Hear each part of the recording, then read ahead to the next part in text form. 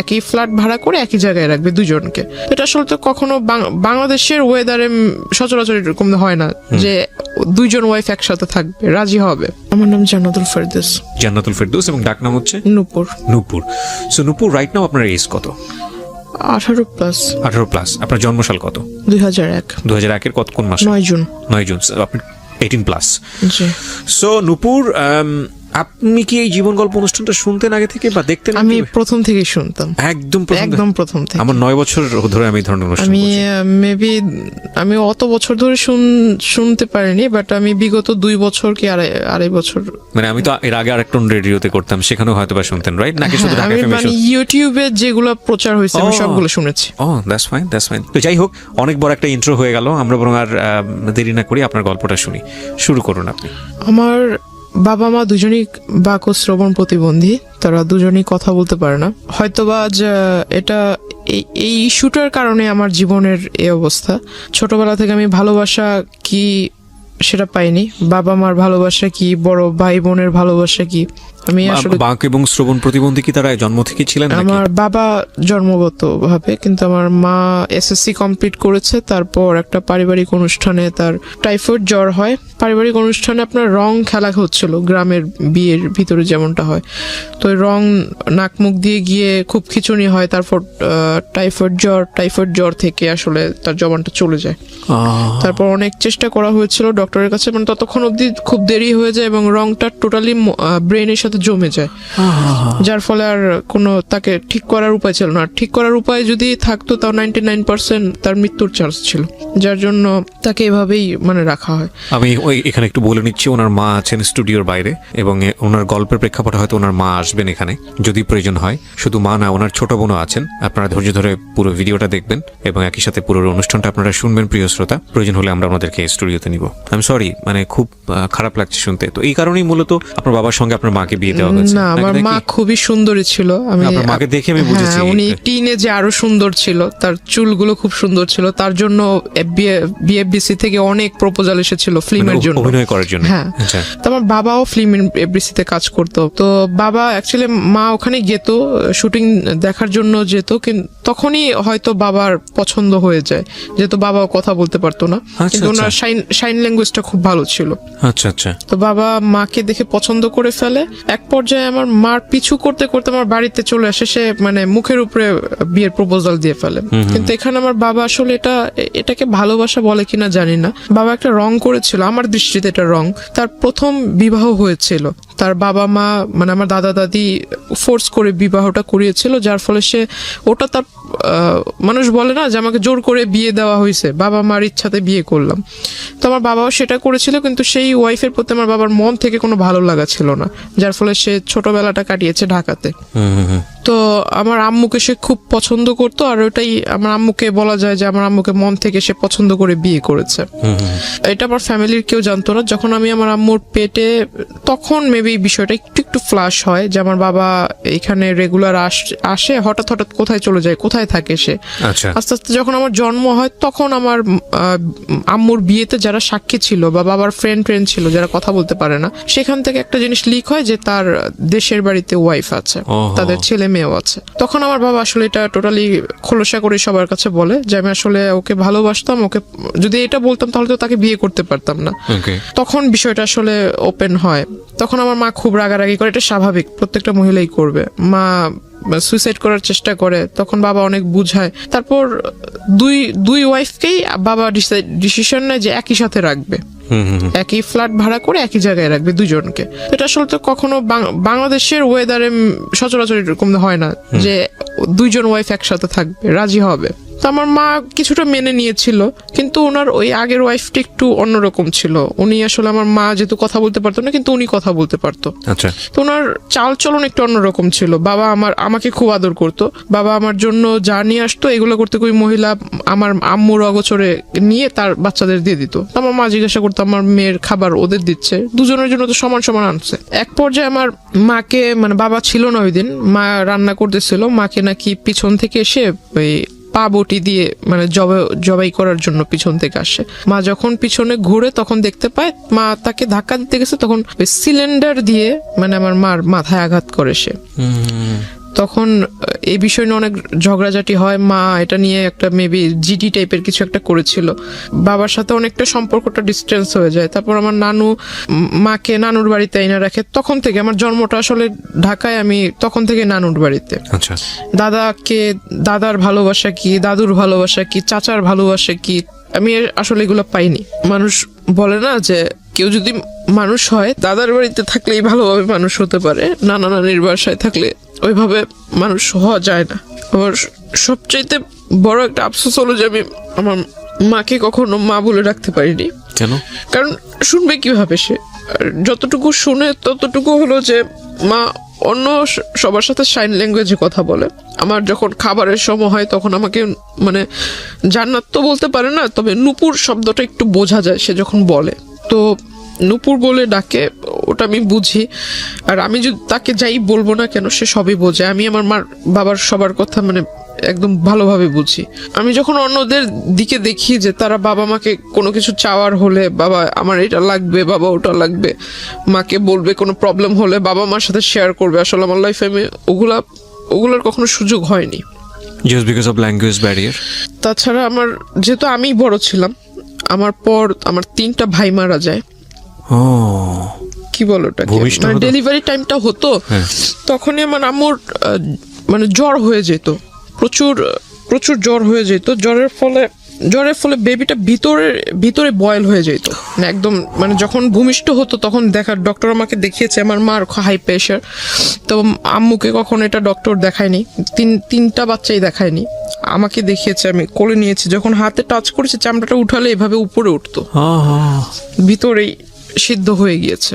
তখন আমার খুব ছোটবেলা থেকে আমার বাবার খুব মানে ছেলের প্রতি খুব আকর্ষণ ছিল, যে একটা মেয়ে একটা ছেলে থাকবে।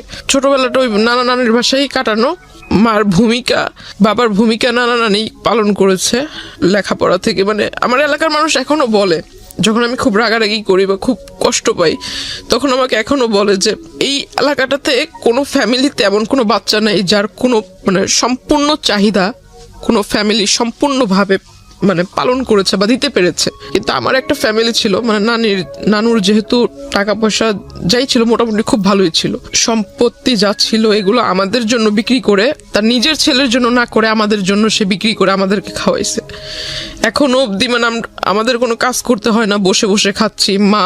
মার বিয়ের পর আজ আমার 18+ চলতেছে, প্লাস আমার আম্মু বিয়ের সম্পূর্ণ বয়সটাই তার মার বাসায়। তো আসলে এগুলো তো আসলে খরচের বিষয় আছে, তাই না? এগুলো কয়জনে করে?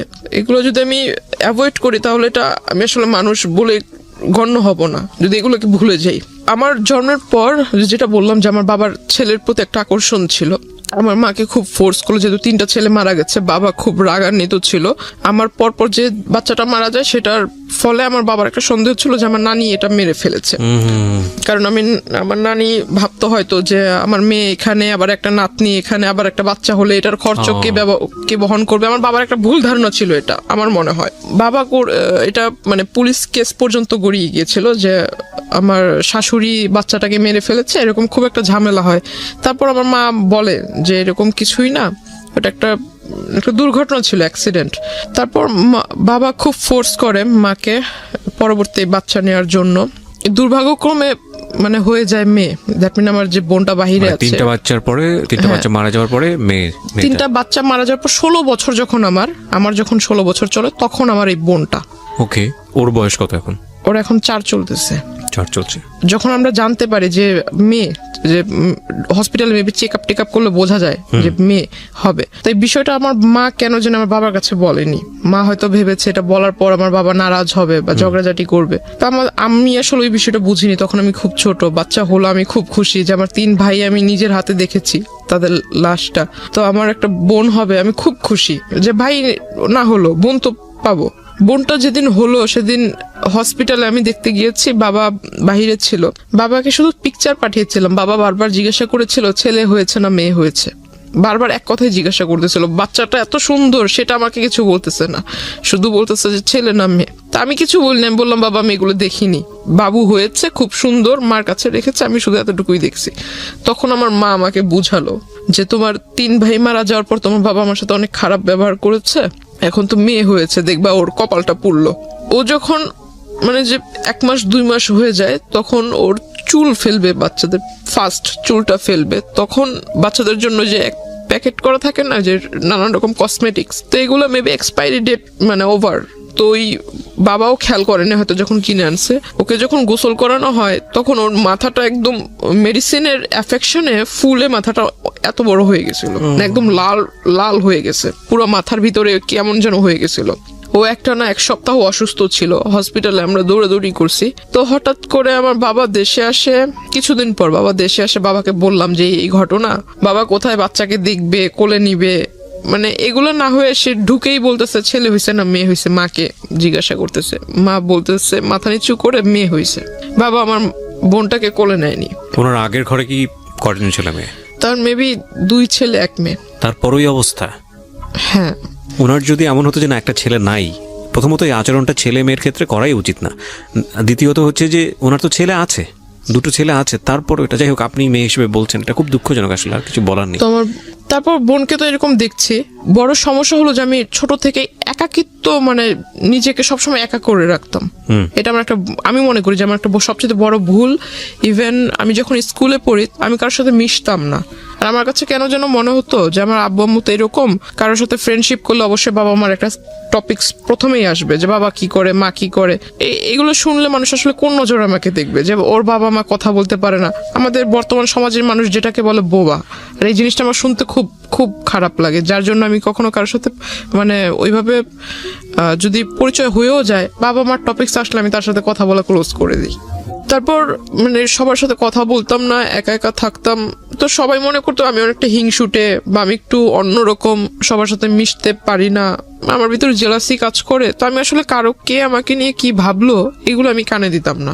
আমার ছোটবেলা থেকেই নামাজের প্রতি একটা আকর্ষণ ছিল, আল্লাহ তাআলার সমস্ত আদেশ নিষেধ এগুলো মেনে চলি ছোট থেকেই। আর আমার ছোটবেলা থেকে কেন জানি ওই যে অ্যারাবিক কালচার যেটা আমার কাছে খুব ভালো লাগে।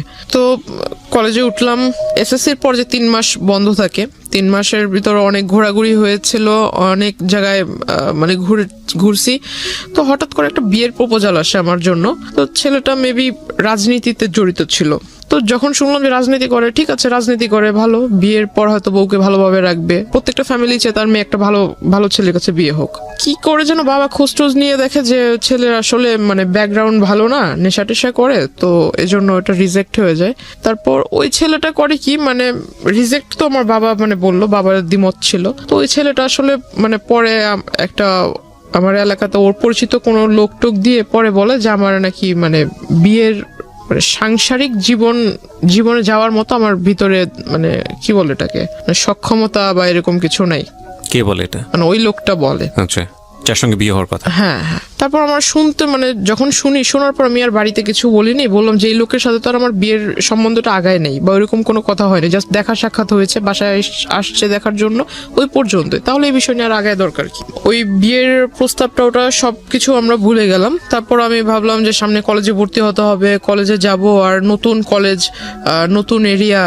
যেদিন ফার্স্ট ডে কলেজে গেলাম, খুব মানে প্রথম দিনই খুব মানে ক্লাসের মানে 42 জন স্টুডেন্টের মধ্যে যেন টিচারদের চোখের মনি হয়ে গেলাম।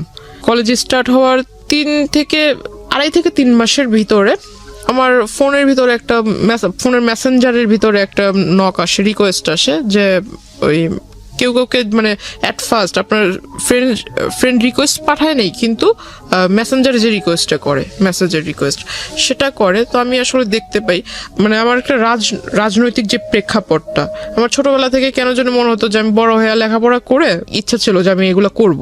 তখন ওই টাইমটাতেই ওই লোকটা আমার প্রোফাইল পিকচারে ছিল, ওই যে পিকচারটা ছিল, সেই পিকচারটা দেখে উনি আমাকে নক দেওয়ার পর সে আমাকে ডিরেক্টলি অ্যাট ফার্স্ট নক দিয়ে আমার নাম্বার চায়। ইভেন সে লিখে যে আপনি যদি আমার দলের ভিতরে আসেন তাহলে আপনাকে দেখে অনেক লোক উপলব্ধ হয়ে, আপনাকে দেখে অনেক লোক, আপনার আশেপাশের অনেক লোক আমার এখানে আসবে। আপনার প্রোফাইল পিকচারের মধ্যে দলীয় কোনো ব্যাপার স্যাপার ছিল? হ্যাঁ হ্যাঁ। ওকে। আর আমি জানতাম না যে প্রোফাইল পিকচার আমার সাথে যিনি ছিল ওনার সাথে আবার ওনার আগে থেকেই পরিচয় আছে। ওটা উনি দেওয়ার পর আপনার প্রোফাইল পিকচারের মধ্যে এমন একজন ব্যক্তি ছিল যার সঙ্গে যিনি আপনাকে নক দিয়েছেন তার পরিচয় ছিল? হ্যাঁ। ওকে। মানে ওনার ওখানে উনি কাজ করতো, যিনি আমাকে নক দিয়েছে। তো উনি আমাকে যখন এই মেসেজ দেয় তখন আমি ভাবলাম যে উনি আমাকে মেসেজ দিয়েছে, আমি ওনাকে চিনি না, উনিও আমাকে চিনে না। এই প্রথম যেহেতু মেসেজ দিয়েছে, মেসেজ দিয়ে আবার নাম্বার চাচ্ছে প্রথমেই নাম্বার চাচ্ছে, প্লাস বলছে যে আমার দলে আসলে আপনার লাইফটা অনেক ভালো হবে, লাইফটা অনেক ভালোভাবে লিড করতে পারবেন, অনেক বড় পোস্ট পাবেন, দেশে বিদেশে ভ্রমণ করতে পারবেন, আরো অনেক কথা। তো আমি আসলে এই কথা শুনে আমার কাছে মনে অনেকটা মানে টাউট টাইপের মনে হয় যে লোক বাট পারে, মানে আমি তো এখনো পূর্ণ এজে পৌঁছাই নেই, তো আমি কিভাবে রাজনীতি করব? আর আমাকে সে পোস্ট দিবে, আমি পোস্ট মানে আমার একটা সিগনেচারে মানুষ এই দেশ থেকে ওই দেশে চলে যাবে, এটা আবার এমন কোন ক্ষমতা? দুনিয়াতে তো অনেক রাজনীতিবিদ আছে যাদের বয়স অনেক বেশি, একটা নির্দিষ্ট টাইম থাকে না। তো আমিও ওটা মিন করে মানে তার সাথে আর কথা বলিনি, সে আমাকে রিকোয়েস্ট পাঠিয়েছে, তার সাথে কোনো কথা না বলে আমি সাথে সাথে রিকোয়েস্টটা রিমুভ করে দিই। অনেক দিন যায়, সে আবার অন্য একটা আইডি থেকে রিকোয়েস্ট মানে ওইভাবে রিকোয়েস্ট করে সেম কথা বলে, তখন আমি বুঝতে পারি যে অন্য আইডি হলে কি হবে, লেখা তো সেম, নাম্বারটাও সেম, আমি ওটা রিমুভ করে দিই। তারপর সে আমাকে সে একটা কাজ করেছিল যে আমার ফেসবুকের ভিতরে যে পিকচারগুলো আমি আপলোড দিতাম সেগুলো সবকিছু পাবলিক ছিল, পাবলিক থাকলে মেবি লাইক টেক বেশি আসে এরকম কিছু। আমি আসলে বুঝতাম না যে পাবলিক থাকলে পাবলিক অনলি মি থাকলে পিকচার মেবি দেখতে পারবে না, অনলি মি থাকলে শুধু আপনি দেখতে পারবেন, ফ্রেন্ডস থাকলে আপনার লিস্টে যারা আছে তারা দেখতে পারবে, ফ্রেন্ডস অফ ফ্রেন্ড থাকলে তাদের ফ্রেন্ডরা দেখতে পারবে। প্রোফাইল গার্ডের যে সিস্টেমটা এটা তো মেবি ইনস্ট্যান্ট হয়েছে। তো তখন প্রোফাইল পিকচারে ওইরকম লকটক সিস্টেম ছিল না, পিকচারটা সে ডাউনলোড করে রেখেছে, ডাউনলোড করে মেবি ওই যে প্রিন্ট আকারে বের করেছে। তারপর আমার ওখানে ইউনিফর্ম পরা কিছু ছবি ছিল, ইউনিফর্মের সাথে আপনার যে আইডি কার্ডের যে লেসটা হয়, লেসের ভিতরে কলেজের নাম ছিল, সে সমস্ত কিছু ডাউনলোড করে মানে টোটালি অ্যাডভান্স ছিল, কোন পিকচারে মানে কোন ডেটে কোন পিকচার ছেড়েছি, আজকে একটা পিকচার ছেড়েছি, যে কমেন্ট করেছে সে কালকে পিকচার স্টাডি করেছে জিনিসগুলো, হ্যাঁ সমস্ত কিছু সে নোট করেছে, প্লাস স্ক্রিনশট রেখেছে কারা কারা মানে রেগুলার কমেন্ট করে, লাইক করে, প্লাস ওইখানে আপনার লাইক কমেন্ট এন্ড স্মাইলি দেওয়ার সিস্টেম আছে, লাভ চিহ্নর মেবি একটা রিঅ্যাকশন আছে, ওইরকম কারা কারা দেয়, হ্যাঁ সমস্ত কিছু। সে একটা মানে তার একটা স্বভাব ছিল কি সবকিছু লিখে, মানে কাগজ কলম তার কাছে মানে সবকিছু লেখার ভিতরে সে এক্সপার্ট ছিল। তো এরকম নোট করে রাখে, ছবি টবি প্রিন্ট করে রাখে, যা যা ছবি ছিল সমস্ত ছবি সে ডাউনলোড করে। তারপর যে কলেজের ছবিটা ছিল সেই ছবিটা নিয়ে আমার কলেজে যায়, কলেজে যাওয়ার পর এটা খুঁজে, কলেজের ওইখানে আমাদের সিস্টেম ছিল যে বাহিরের কেউ আসতে পারবে না, প্লাস কোনো গার্ডিয়ান ভিতরে আসতে পারবে না, গার্ডিয়ান যদি আসে তাহলে গেটের বাইরে থাকতে হবে, টাইম হয়ে যাবে ছুটির তখন নিয়ে যাবে।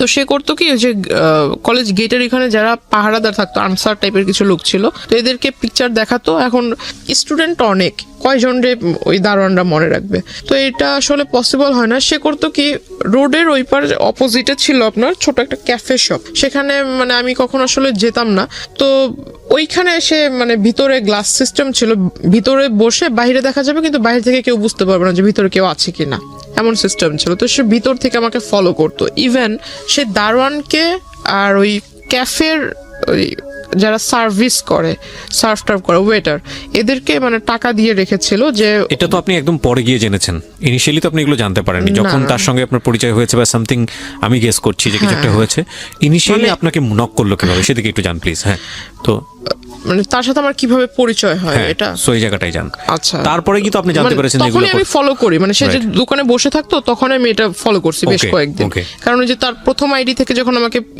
নক করে সেখানে পিকচার ছিল পাসপোর্ট সাইজ, মানে সে আরো মেবি আরো 10 বছর আগে পিকচার তুলেছিল সেই পাসপোর্ট সাইজের ছবি, কিন্তু সে বর্তমানে যেরকম দেখতে এমন কোনো পিকচার ছিল না।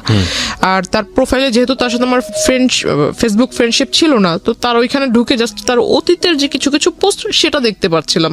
রিসেন্টলি যে পোস্টগুলো আপলোড করেছে এগুলো দেখার কোনো সুযোগ ছিল না আমার জন্য।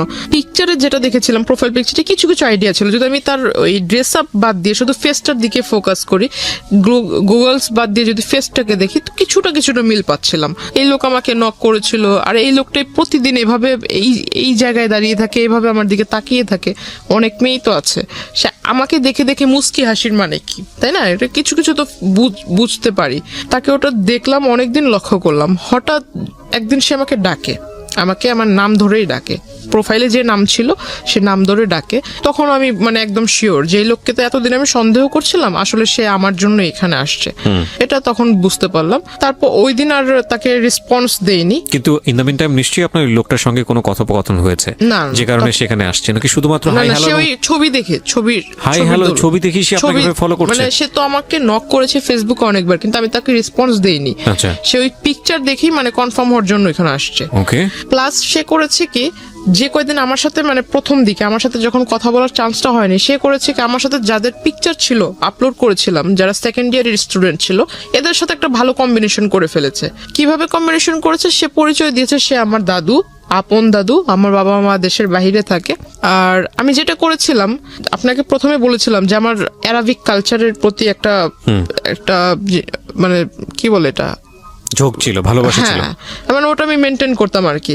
তো আমি করেছিলাম যে যারা, তখন আমি আসলে বুঝতাম না, আইডিটা যেহেতু আমার ক্লাস 8 থেকে শুরু, তো আমি আসলে বুঝতাম না। আমি অনেকেরই দেখেছি যে ফেক আইডি তৈরি করে, তখন বুঝতাম না ফেক আইডি কি। অনেকে অনেক রকম ডিটেলস দেয় যে আমি থাকি এখানে কিন্তু অ্যাড্রেস দেয় অন্য জায়গার। তো আমি যেহেতু অ্যারাবিক কান্ট্রি লাইক করতাম, তো আমি করেছিলাম কি যে ইউনাইটেড মানে আপনার দুবাইয়ের একটা অ্যাড্রেস দিয়েছিলাম, স্কুলও ওইখানকার দিয়েছিলাম। তো আমি মানে আরবিতেও ভালো, ইংরেজিতে মোটামুটি ভালো, বাংলায়ও ভালো। তো আমার মানে এটা দিলে কে এটা দেখতে আসবে, আমার ধারণা ছিল এরকম। আর আইডিটাও খুলে দিয়েছিল আমার এক ভাগিনা।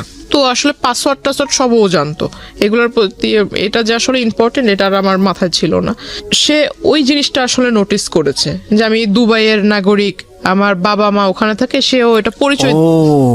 ঠিক আছে, আমার বাবা মা দুবাইতে থাকে, আমি ওইখানে স্কুলে লেখাপড়া করেছি, বাংলাদেশে আসছি বড় হয়ে, এখন এখানে কলেজে পড়তেছি। সে জানে না যে আমি বাংলাদেশি হাই স্কুল আর প্রাইমারি লেভেল পার করেছি। সে মনে করছে আমি দুবাইতে লেখাপড়া করেছি, দুবাইয়ের নাগরিক, সিটিজেনশিপ আছে, তার ফিলিংস ছিল এরকমটা। তো সে করে কি, সেকেন্ড ইয়ারের যে মেয়েরা ছিল তাদের সবার কাছ থেকেই মানে সে ডিটেলস নেয় যে আমি আসলে কোন টাইমে কলেজে আসি, আমার সাথে আসলে কারো অ্যাফেয়ার আছে কিনা, আমি যখন কলেজে আসি কোনো ছেলে টেলে আমাকে আগায় দিতে আসে কিনা, এভরিথিং ডিটেল সে নেয়। প্লাস আমার কোনো গার্ডিয়ান কোনোদিন কলেজে এসেছে কিনা। তখন দুই একজন মেয়ে বলে যে হ্যাঁ ওর সাথে তো একজন মহিলা এসেছিল, দ্যাট মিন আমার মার কথা, একজন মহিলা এসেছিল, সাথে বেবি ছিল। তো ওই লোক বলছে যে ওর মানে কোন মহিলা এসেছিল আইডিয়া আছে কিনা। তো আপনার সঙ্গে এগুলো আপনি জেনেছেন কিভাবে? মানে ওই মেয়েদের কাছ থেকে। আচ্ছা, ওই মেয়েরা এসে আপনাকে নক করেছে? মানে ওরা মেয়েদের সাথে, আমার সাথে তো তার কথা হচ্ছে না, কিন্তু ওই মেয়েদের সাথে সে ভালো একটা কন্ট্রিবিউশন করে ফেলছে। সো পরবর্তীতে মেয়েরা এসে আপনাকে এটা বলেছে? আমাকে বলেছে, মানে যেমন গতকালকে ঘটনা ঘটেছে, আজকে এসে বলছে যে এরকম একজন তোমাকে খোঁজ করছিল।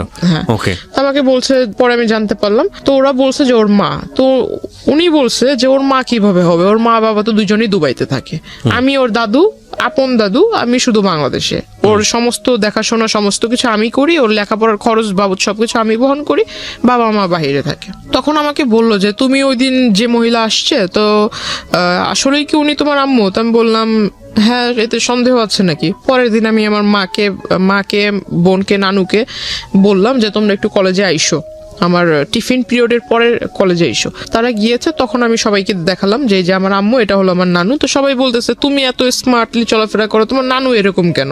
এখন কাউকে আর বুঝাইতে পারি না যে আমার নানু তো হলো গ্রামের মহিলা, কারণ সে যেভাবে চলা পছন্দ করে সে ওভাবেই চলবে। তো সবার ভিতরে একটা ডাউট ছিল যে আমি হয়তো মানে একদম লোয়ার ক্লাস, মিডল ক্লাস যেমনটা থাকে, মিডল তো একটু উচ্চবিত্ত, মেবি মধ্যবিত্ত, তার লোয়ার ক্লাসে যেমন থাকে, যে ওইখান থেকে উঠে এসে হয়তো একটু পার্ট নিচ্ছি, এমন একটা ধারণা ছিল। কারণ ওই যে আমার দাদু সেজেছে, সে অনেক কিছু মিসআন্ডারস্ট্যান্ডিং তাদের ভিতরে তৈরি করে দিচ্ছে। এখন সবাই আমাকে একটু অন্য নজরে দেখছিল যে আমি আসলে মিথ্যা বলছি, এটা সেটা। সবাই একে অপরের সাথে মানে একটু উকি ঝুঁকি করে কথা বলছিল। আমাকে যখনই কেউ দেখে তখনই আমার সামনে একজন আরেকজনের কানে কানে কথা বলে, তখন আমার কাছে একটু সন্দেহ হলো। এই গতকালকে ওই লোকের কথা শুনলাম, ওই লোককে সন্দেহ করতেছিলাম, সন্দেহটা বাস্তবায়ন হলো। আবার এখন এরা আমাকে, এতদিন এরা আমার সাথে কথা বলার জন্য সামনে আসতো, গায়ে পড়ে কথা বলবে, আমি কথা বলতাম না। এখন মানে এরাই আমাকে দেখে মানে একজন আরেকজনের কানে কানে কথা বলছে, নিশ্চয়ই মেবি বাজে কিছু। তখন জানতে পারলাম, জিজ্ঞাসা করলাম সেকেন্ড ইয়ারের একজনকে যা জিজ্ঞাসা করলাম যে কি হয়েছে, তোমরা তো আমার মানে তোমরা পারো না আমাকে তোমাদের ক্লাসে টাইনা নিয়ে যায় মানে একসাথে বসায় রাখ, তো তোমরা এখন আমার কাছ থেকে দূরে দূরে সরছো, আমার সাথে কথা বলছো না, কারণ কি? তখন আমাকে তাদের ফোন বের করে দেখালো, এই যে দেখো। দেখে আসলে খুব রাগ হয়েছিল, দেখলাম যে একটা ফেক আইডি তৈরি হয়েছে খুব খুব রিসেন্টলি, মানে এক মাস এরকম হবে। সেখানে লেখা তার নাম অর্ধেক আমার নাম অর্ধেক, প্রথমে তার নামের অর্ধেকটুকু পরে আমার নামের অর্ধেকটুকু মিলিয়ে একটা আইডি তৈরি করেছে। এখন একটা পিকচার, যে কিছু কিছু সহজ যেগুলো বোঝার উপায়, যে আপনার সফটওয়্যার আছে যে কলেজ মেকার বলে, বা কোলাজ photo- মেকার, হ্যাঁ, কোলাজ মেকার, আচ্ছা, যাই হোক, ওই পিকচার মানে এই পাশে একটা ছবি বসানো, এই পাশে Right, একটা ছবি, collage তো করা যায়, দেখাই হ্যাঁ। যাচ্ছে, বুঝতেই পারতেছি যে এখানে একটা বসেছে, এই জায়গায় একটা এডিট করা হয়েছে। তো আসলে এটা ওরা সেকেন্ডারি স্টুডেন্ট, ওদের মাথায় কেন ঢোকে নেই আমি জানি না। তখন আমি বললাম, এটা তো তোমরা নিজেরাই দেখছো যে পিকচারটা এরকম করে বসানো হয়েছে, তো এটা আসলে যেভাবে বলছে এরকম তো ঠিক না। আর তোমরাই বলতেছো ওই লোক তোমাদের কাছে পরিচয় দিচ্ছে আমার দাদু, তারপর এইখানে লেখা যে হাজব্যান্ড ওয়াইফ, তাহলে তোমরা এটা কিভাবে মানছো? ওইখানে লেখা ছিল হাজবেন্ড ওয়াইফ। হ্যাঁ, হাজব্যান্ড ওয়াইফ, তার সাথে আমার অনেক আগের থেকে রিলেশন, সে আমাকে বিয়ে করবে, বিয়ে করে নাই, বিয়ে করবে, কিন্তু হাজব্যান্ড ওয়াইফ, ওই যে Engaged, আচ্ছা। এঙ্গেজ করলে মানুষ বলে না যে অলরেডি বিয়ে হয়ে গেছে, এরকম টাইপের, যে কাবিন টাবিন করে যখন আংটি পরালে মেবি এরকম কিছু একটা ইন রিলেশনশিপ রেখা ছিল এরকম। তো আইডিটার ভিতর বেশি কয়েকটা ছবি ছিল না, তবে আমার প্রোফাইলে যে কিছু ছবি ছেড়েছিলাম এখান থেকে কিছুটা ওইখানে দেখেছি আমি। তখন পর্যন্ত ওই লোকটার সঙ্গে আপনার কোনো না, কথোপকথন কথা হয়? হয়নি। তারপরে যে আমি তার সাথে মানে একটা আগ্রহ জাগলো, তার সাথে এবার কথা বলবো আমি, এতদিন সে আমাকে ফলো করছিল, এবার আমি তার সাথে মানে সামনাসামনি কথা বলবো। তখন আমি তার আইডিতে নক দেই, আইডিতে নক দেওয়ার ফলে সে আমাকে ডিরেক্টলি বলে যে আমি আইডিতে মেসেঞ্জারে কথা বলবো না, নাম্বার দেন, নাম্বারে ফোনে কথা বলবো। তো আমি বললাম এখন তো আমার মানে জানতে হবে সে যে এই কাজটা করলো, এত বড় একটা সমস্যা তৈরি করলো আমার জন্য, এটা মাত্র আমার কলেজের স্টুডেন্ট মানে ক্লাসমেট বা সিনিয়র স্টুডেন্টও দেখেছে, এটা যখন আমার বাড়ি পর্যন্ত যাবে, আল্লাহ না করুক যদি এটা জেনে যায়, তখন আমার কি হবে? কলেজ তো এখানে শেষ, আমার বাবা মা এই অবস্থা। তখন আমি তার সাথে মানে যোগাযোগ করার চেষ্টা করি নিজ থেকে, তখন তাকে নাম্বার দিই, নাম্বার দেওয়ার পর সে কথা বলে, সে আমাকে বললো যে আমি আপনার সাথে দেখা করব। তা আমি বললাম দেখা তো আমিও আপনার সাথে করব, আমার মানে আপনি আমার দাদু হন এটা আমি জানতে পারলাম। বলতেছে কার কাছ থেকে জানলেন? তো আমি বললাম এত কিছু আপনার জানার দরকার নেই, আপনি আমার দাদু হন আমি জেনেছি, কেমন দাদু হন আমি দেখবো, আর আপনি বলেছেন যে আপনি আমার দাদু হন, আবার আপনি আমার হাজবেন্ড হন, কোন দিক থেকে আপনার সাথে আমার সম্পর্ক হয়েছে? আমি এটা একটু কথা বলবো আপনার সাথে, যদি পারেন তাহলে আসবেন। অন্যান্য দিন দেখেছি কলেজের বাইরে ওয়েট করেন, যেখানে ওয়েট করেন ঠিক সেখানেই থাকবেন, আমি আপনার সাথে মিট করব। সে আসে, সে ভিতর আপনার যে ছোট ছোট রেস্টুরেন্ট টাইপের কিছু একটা আছে, ওখানে বসে মানে ফোনের উপর একদম খুব বেশি বেশি ফাপড় মারছিল ফোন করে, এই এত লক্ষ টাকার ফার্নিচার সেট করো, ওটা করো, এটা করো, গাড়ি পাঠায় দাও, এটা সেটা। শেষমেশ অনেকক্ষণ ফোনে কথা বলার পরে দেখলাম যে হঠাৎ একটা কল আসলো, তখন বুঝলাম যে তখন সে শুধুই মানে ফাপড় মারতেছিল, কাউকে কল টল কিছুই দেয় নাই, কানে ফোন নিয়ে শুধু বলতেছিল। হঠাৎ একটা কল আসে, তখন কল রিসিভ করে কথা বললো। আমার খুব হাসি পাচ্ছিল তখন, তো আমি আর তখন কিছু বলিনি তাকে ডিরেক্টলি জিজ্ঞাসা করলাম, তার কথা বলা শেষ হলো, তাকে জিজ্ঞাসা করলাম যে আপনি কি ফেসবুক ইউজ করেন আদৌ? বলতেছে হ্যাঁ, করবো না কেন, আমার আইডি এই যে এটা। তো আমি বললাম আপনি কি সাথে মানে যেটা দিয়ে ফেসবুক ইউজ করেন সেই ডিভাইসটা কি নিয়ে এসেছেন? তো এত বড় একটা ট্যাব বের করছে। তা আমি বললাম যে ট্যাব কেন, ট্যাব তো বাচ্চারা ইউজ করে, ট্যাব আপনি ইউজ করেন কেন? কি আমি চোখে সমস্যা, চোখে দেখি না, বুঝি না, ট্যাব মানে ইউজ করি আমি, ফোন বুঝি না। আমি বললাম ভালো। বলতেছে যে আমার বাসায় আইফোন, আইপ্যাড পড়ে আছে, ম্যাকবুক পড়ে আছে, আমি ওগুলো বুঝি না, কিন্তু এই ট্যাব বুঝি। আমি বললাম ভালো, একটু বের করেন আপনার প্রোফাইলটা আমি দেখবো। তার কাছ থেকে ফোন নিয়ে সে মনে করছে আমি শুধু তারটা চেক করবো, তার মানে যে মিছিল টিছিল করছে এগুলোর ছবি টবি দিয়ে ভরা, সে ভাবছে যে আমি ওগুলো দেখবো। দেখার পর দেখলাম বাপরে বাপ, সে তো আমার এই কাহিনী বাদ দেই, এর আগে অনেক মেয়ের ছবি টবি দিয়ে এগুলা করেছে। তাই আমি আর ওগুলো দেখিনি, জাস্ট আমার ছবি দিয়ে যেটা করেছে সে ওটার ভিতরে ঢুকার পর ওটা দেখলাম। দেখার পর সাথে সাথে আমি ওইটার ভিতরে আপনার লগ আউটে ঢুকে, ওখানে লগ আউট করার আগে করেছি যে আইডি ডিঅ্যাক্টিভ করে দেয় না, সে তো বুঝবে না, কারণ সে বোঝে কিনা সেটার আমি জানতাম না যে আদৌ সেইগুলো এই সম্বন্ধে আইডিয়া আছে কিনা। লগ আউট করার আগে ডিঅ্যাক্টিভ করেছিলাম মেবি, তারপর আমি ওইটা এখান থেকে কেটে দিই। এখানে একটু বলে রাখি, ডিঅ্যাক্টিভ করলেও এটা কাজ আপনি যখন পরবর্তীতে আবার ঢুকবে তখন ওটা অটোমেটিক্যালি অ্যাক্টিভ হয়ে যাবে। ডিঅ্যাক্টিভ আইডি ডিঅ্যাক্টিভ হলে যে সেটা পার্মানেন্টলি ডিলিট হয় বিষয়টা এরকম না, পার্মানেন্টলি ডিলিটের আলাদা একটা অপশন আছে। হ্যাঁ, সো আইডি ডিঅ্যাক্টিভ করা মানে হচ্ছে আইডিটা অ্যাক্টিভ না, না। ওই দিন যে করে দিয়েছে তারপর আর ওই আইডি সে চালায়নি। আচ্ছা fine, it's very interesting. But ID deactive করলে আইডিটা ডিঅ্যাক্টিভ হয় না, ওইটা আলটিমেটলি একটা রিজিউম হয়ে থাকে। আপনি যখনই আবার আইডিতে ঢুকবেন সঙ্গে সঙ্গে ওটা অ্যাক্টিভ হয়ে যায়। হ্যাঁ বলেন। তো আমি ওটা করে দিলাম, দেওয়ার পর মানে তখন একটু চিন্তা করলাম যে এই লোকের সাথে মানে কোনো মতো কথা বলে আমার যা কাজ করার ছিল করছি। আর ওখানে দেখলাম যে মেসেঞ্জারে ঢুকে দেখলাম ওই আইডিটাতে যে আমার আইডিতে যারা রেগুলার লাইক কমেন্টস দিত এদের আইডি প্রোফাইলে ঢুকে এদের মেসেঞ্জারে মানে কারোর সাথে ফ্রেন্ডশিপ করেনি, বাট মেসেঞ্জারে ঢুকে ঢুকে খুব বাজে বাজে কথা বলছিল, তুই করে অনেক বাজে বাজে কথা বলছিল যে আমার ওয়াইফ, ও আমার হাজব্যান্ড, তুই আমার সাথে ওই আমার আইডিতে কেন এইগুলা করিস, ওটা মানে খুব বাজে বাজে লেখা ছিল। তার ওখান থেকে বের হওয়াটাই আমার জন্য ইম্পর্টেন্ট ছিল, তো আমি তার সাথে ওটা তো করে দিছি, কাজ শেষ। তার ট্যাব তার হাতে দিয়ে দিলাম। তারপর সে আমাকে বলতেছে যে আপনার বাবা মা কেমন আছে, আপনার বোন দেখলাম খুব সুন্দর, তারপর বললো যে বিয়ে শাদীর মানে কাউকে পছন্দ করেন কিনা এটা সেটা। তো আমি বললাম আপনি আমার কলেজের যা পরিচয় দিয়েছেন আপনি আমার দাদু, তো আমাকে এখানে আপনি বলার দরকার নেই, তো তুমি করে বলেন, দাদু তো আপনি আমাকে নাতনি বলে ডাকেন, আমি আপনাকে দাদু বলে ডাকবো। তো ওইখান থেকে সে খুব মানে বিষয়টাকে খুব ফানি নিয়েছিল, কিন্তু আমার ভিতর তো খুব রাগ হচ্ছে। সে খুব হাসতেছে মানে জোরে জোরে। সে কফি অর্ডার করলো, কফি অর্ডার করার পর সে কফির বিল আসছে 100 টাকা, সে 100 টাকা দিতে পারে না, 20 টাকার জন্য মানে ঝগড়া লেগে গেছে কফি শপের লোকদের সাথে। সে ওখান থেকে মানে আমার ওখান থেকে আমি টাকা দিয়ে দিলাম, চলে আসলাম তাকে নিয়ে। তারপর আমি বাসায় আসবো, রিক্সা নিব, তখন আমাকে মানে সে 100 টাকা হাতে ধরায় দিবে যে এটা আপনি নিয়ে যান হাত খরচ।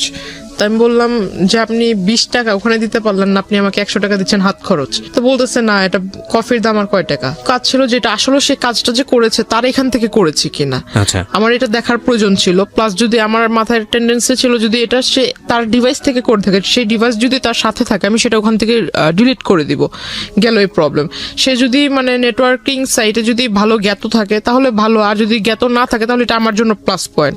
ওইখান থেকে যদি আমি ডিলিট করে দিই তাহলে সেটা আর সে করতে পারবে না। রাইট, আমরা এখানে দুটো জিনিস যুক্ত করতে চাই গল্পটার শক্ত অবস্থান করার জন্য, কারণ ইতিমধ্যে অনেকের মনেই অনেক ধরনের প্রশ্ন চলে এসছে। এই লোকটার সঙ্গে এই যিনি আজকে আমাদের এখানে আছেন গেস্ট, জান্নাতের মূল যে জায়গাটা থেকে সম্পর্ক, ঠিক সম্পর্ক না মানে এই ধরনের যে আদান প্রদান হচ্ছে বা এক ধরনের যোগাযোগ তৈরি হয়েছে, সেটার মূল কারণটা হচ্ছে জান্নাতের একটা পলিটিক্যাল ব্যাকগ্রাউন্ড আছে যেটা আমরা এখানে রিভিল করিনি, এবং সে চাইতো পলিটিক্স করতে, যে কারণে তার প্রোফাইল পিকচারে সে যাদের সাথে মুভ করেছে সেই সব মানুষদের ছবি ছিল, এবং যেই ভদ্রলোকটি তাকে নক দিয়েছে তিনিও পলিটিক্সের সঙ্গে জড়িত ছিলেন, এবং তিনি ওই তার এরিনার হওয়ার কারণে ওর প্রোফাইলে নক দিয়েছে।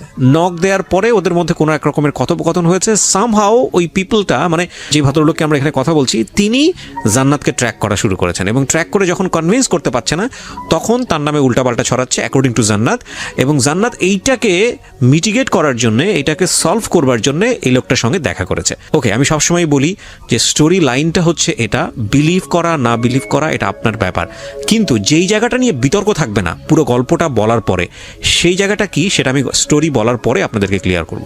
জি, ওইখান থেকে আমি বাসায় চলে আসি, তার টাকাটা তাকে ফিরিয়ে দিয়ে বাসায় চলে আসি। তারপরের দিন সে আবারও সেম টাইমে, আমার যে ছুটির টাইমটা ছিল, ছুটির টাইমে সে কলেজের ওখানে আসে। তারপর তাকে আমি আসলে বললাম যে আসলে আপনি দাদুর পরিচয় দিয়েছেন, এটা আসলে খারাপ কিছু না। দাদু সেকেন্ডে তো আপনি মিট করেছেন তার সঙ্গে, মানে সে কলেজের ওখানে আসছে পরের দিন, তারপর আপনি দেখা করেছেন পরের দিন আসছে। আমি কলেজ থেকে যখন বের হইতে আমার সামনাসামনি হয়েছে। আমার বাসে উঠলাম, বাস ছিল, বাসে উঠলাম, ওঠার পর সে আমাকে ডাক দিয়েছে। প্রথমে আমি আসলে এটা যেহেতু আমার কাজ যতটুকু ছিল আগের দিন তো আমি করেই দিছি, তারপর তার সাথে কিসের কথা বলা। তো আমি বাসে উঠে গেছি, সেও পিছন পরের বাসে উঠছে, ওই বাসে আর জায়গা ছিল না, পরের বাসে উঠছে। কিন্তু আপনার যে সে এত বড় একটা ক্ষতি করলো বা এরকম একটা কাজ করলো, আপনি তাকে কিছুই বললেন না? না, আমার থটটা ছিল যে আমি বাড়িতে কোনোভাবে না জানুক, কারণ বাড়িতে যদি একবার জানাজানি হয়, প্রিন্সিপাল আমার কলেজের টিচারের মাধ্যমে আমার ফ্যামিলির লোক জানবে। আর যে আমাকে ভর্তি করতে সহায়তা করছে তার কানে যদি বিষয়টা চলে যায় তাহলে আমার লেখাপড়া ওখানেই বন্ধ হয়ে যাবে। তো আপনি তাকে এটা বললেন না যে আপনি নেক্সট টাইম এই কাজটা করবেন না বা এরকম না, বিষয়টা যদি আমার বাড়িতে জানে তাহলে তার আমার কলেজেই বন্ধ। না, কিন্তু যেই লোকটা আপনার এই কাজটা করলো তাকে কি কিছু বলেছিলেন যে আপনি এই কাজটা কেন তাকে যে এখন বলবো। আচ্ছা, ওকে, তারপর? তো আমি বাসে উঠলাম, সে ওই বাসে জায়গা পায়নি, পরের বাসে উঠেছে। তো এখানে নামলাম, সেও মানে একদম তাড়াহুড়া করে নেমে আমার মানে সামনে আসছে, বলতেছে যে একটু কথা বলে যান। আমি বললাম, দেখেন আপনি আমার দাদু হিসেবে পরিচয় দিয়েছেন, ভালো কথা। আপনি যে কাজটা করেছেন, মানে সে মনে করছেন বিষয়টা আসলে এখনো জানি না, সে যে কাজটা করেছেন বিষয়টা জানিই না, এটা ভেবেছে। তো আমি তাকে বললাম যে কাজটা করেছেন, কাজটা করা ঠিক হয়নি।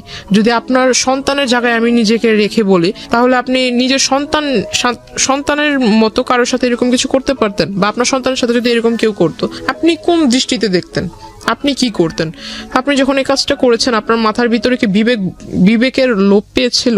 সে বলতেছে আমি এমন কি কাজ করেছি, আমি তেমন কিছু করিনি। তখন আমি আমার ফোন থেকে ওই আইডিটা বের করে তাকে দিলাম, এটা কি করেছেন? সে বলতেছে আমি করিনি। তখন তো আইডি ডিঅ্যাক্টিভ, আপনি কিভাবে বের করলেন? না, তার আইডির যে স্ক্রিনশট, ও আচ্ছা, স্ক্রিনশটটা দেখালেন। স্ক্রিনশট ছিল, সেটা আমি দিলাম, কারণ আমার ওইখানে তো আমারটার সাথে আমি তো আর এই বিষয়ে আগে জানতাম না, এটা তো আমি জেনেছি আমার ওই যে সেকেন্ড ইয়ার স্টুডেন্টের কাছ থেকে। তো আমি এটা দেখালাম, দেখানোর পর বলতেছে না আমি এটা করিনি, এটা হয়তো অন্য কেউ করছে। তো আমি বললাম আপনার আর আমার সম্পর্ক কি, এটা আমি নিজেই জানি না। আপনার আর আমার এমন কোন রিলেশনশিপ, বা আপনার সাথে আমার কবে পরিচয় হয়েছে? ফাইন, এখন আমি পরিষ্কার হচ্ছি। মানে আলটিমেটলি আপনি যে ওনার কাছ থেকে আপনার এই ফলস আইডিটা ডিলিট করবেন এটা উনি জানতো না আগে থেকে, না, এবং আপনিও জানাতে চাননি, কারণ আপনি টেকনিক্যালি উনি হয়তো ভাবছে যে আমি এই সম্পর্কে জানিই না। রাইট, সো আপনি খুব টেকনিক্যালি জিনিসটা ডিলিট করে দিতে চেয়েছেন। ওকে, ফাইন। আমি তাকে যখন দেখাই স্ক্রিনশটটা, সে বলতেছে যে না আমি এটা করিনি। তো আমি বললাম যে দেখেন, মানুষ মানেই মরণশীল, মরতে হবে। আর আপনি যেভাবে মানে ডায়লগ মারেন, এগুলো আসলে আমার সামনে, আমি আসলে যেটা বললাম যে আমি স্ট্রেট ফরওয়ার্ড কথা বললি, এতে যদি কারো খারাপ লাগে আমার কিচ্ছু যায় আসে না, খারাপকে আমি খারাপ বলবো। আমি তাকে মুখের উপরে বলছি যে এইসব ভণ্ডামি ছেড়ে ভালো হন, রাজনীতি করেন বলে যে আপনার প্রভাব আমাকে খাটাবেন বা আপনি আমাকে অমুকের ভয় দেখাবেন, আমি কিন্তু এতে ভয় পাবো না, আর এইসব কথা আমাকে বললেন না। আর যে কাজটা করেছেন কাজটা মোটেও ঠিক হয়নি, আপনাকে আমি সাবধান করব কিভাবে সেটা জানি না, তবে আমি আপনাকে অ্যালার্ট করবো যে আপনি এই কাজটা কখনো করেন না। আপনার কাছে একটা রিকোয়েস্ট থাকবে যে আমার কলেজের এখানে সেইভাবে মানে মানুষের সামনে নাম ধরে ডাকা, জিনিসটা আমার নিজের কাছেও খারাপ লাগে, আর অন্য 10 জন দেখলে সে তো ভালো কিছু ভাববে না খারাপ ছাড়া। যেহেতু আমি মেয়ে, ছেলে হলে এক কথা। বয়সে উনি কি দাদুর মতোই ছিল? 65। ও ওকে, উনি 65, আপনি 16 তখন, রাইট? কিন্তু সে নিজেকে মানে সে আমার সাথে যখন মিট হয় তখন নিজেকে মানে একদম ওই যে টিনেজারদের মতো, মানে কেউ ড্রেস আপ চেঞ্জ করলে তো আর সে টিনেজার হবে না। ওকে, বোঝা যায় আর কি জিনিসটা। হ্যাঁ, ড্রেস আপ, চুলে করপ টলপ করে, হ্যাঁ ওইরকম ড্রেস আপ করে আসতো। এগুলো তাকে বললাম, বলার পর সে আসলে হেসে উড়াইয়া দিল। মানে সে বলতেছে যে ঠিক আছে, তাহলে যেহেতু তুমি সবকিছু জানতে পেরেছো আর আমি একটা ভুল করেছি, তাহলে এটা কিভাবে মাফ চাইবো সবার সামনে? মানে এই মুহূর্তে রাস্তায় সবার সামনে কি পা ধরে মাফ চাবো? আমি বললাম যে এটা আপনি মূর্খর মতো কথা বলেন কেন? এমন একটা কাজ করেছেন, আপনার তো মানে লজ্জিত হওয়া উচিত, লজ্জা পাওয়া উচিত। আপনি আমাকে ভালোভাবে বলতে পারেন যে আমার ভুল হয়েছে, আমি জিনিসটা ভুল করে ফেলছি। আর আপনি যেভাবে বলছেন এটা তো আসলে মানে ভালো মানুষের মতো কথা হচ্ছে না। তাকে বলার পর তারপরও তার কোনো মানে ফিলিংস ছিল না যে আমি একটা অন্যায় করেছি এটা। তাকে আমি ওইখান থেকে আমি চলে আসি, তার সাথে আর কথা বলিনি। পিছন থেকে অনেক ডাক ছিল, আমি আর তার কথা সাড়া দিইনি, রিক্সায় করে চলে আসি। তার পরের দিন সে আসেনি।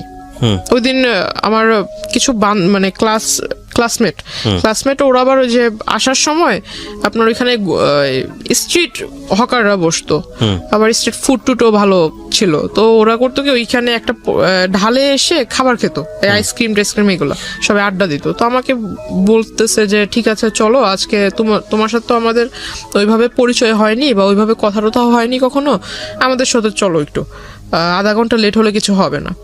তা আমার বাড়ি থেকে একটা ছিল, যখন কলেজ ছুটি হয়ে যাবে তার আধা ঘন্টার ভিতরে বাড়িতে থাকতে হবে।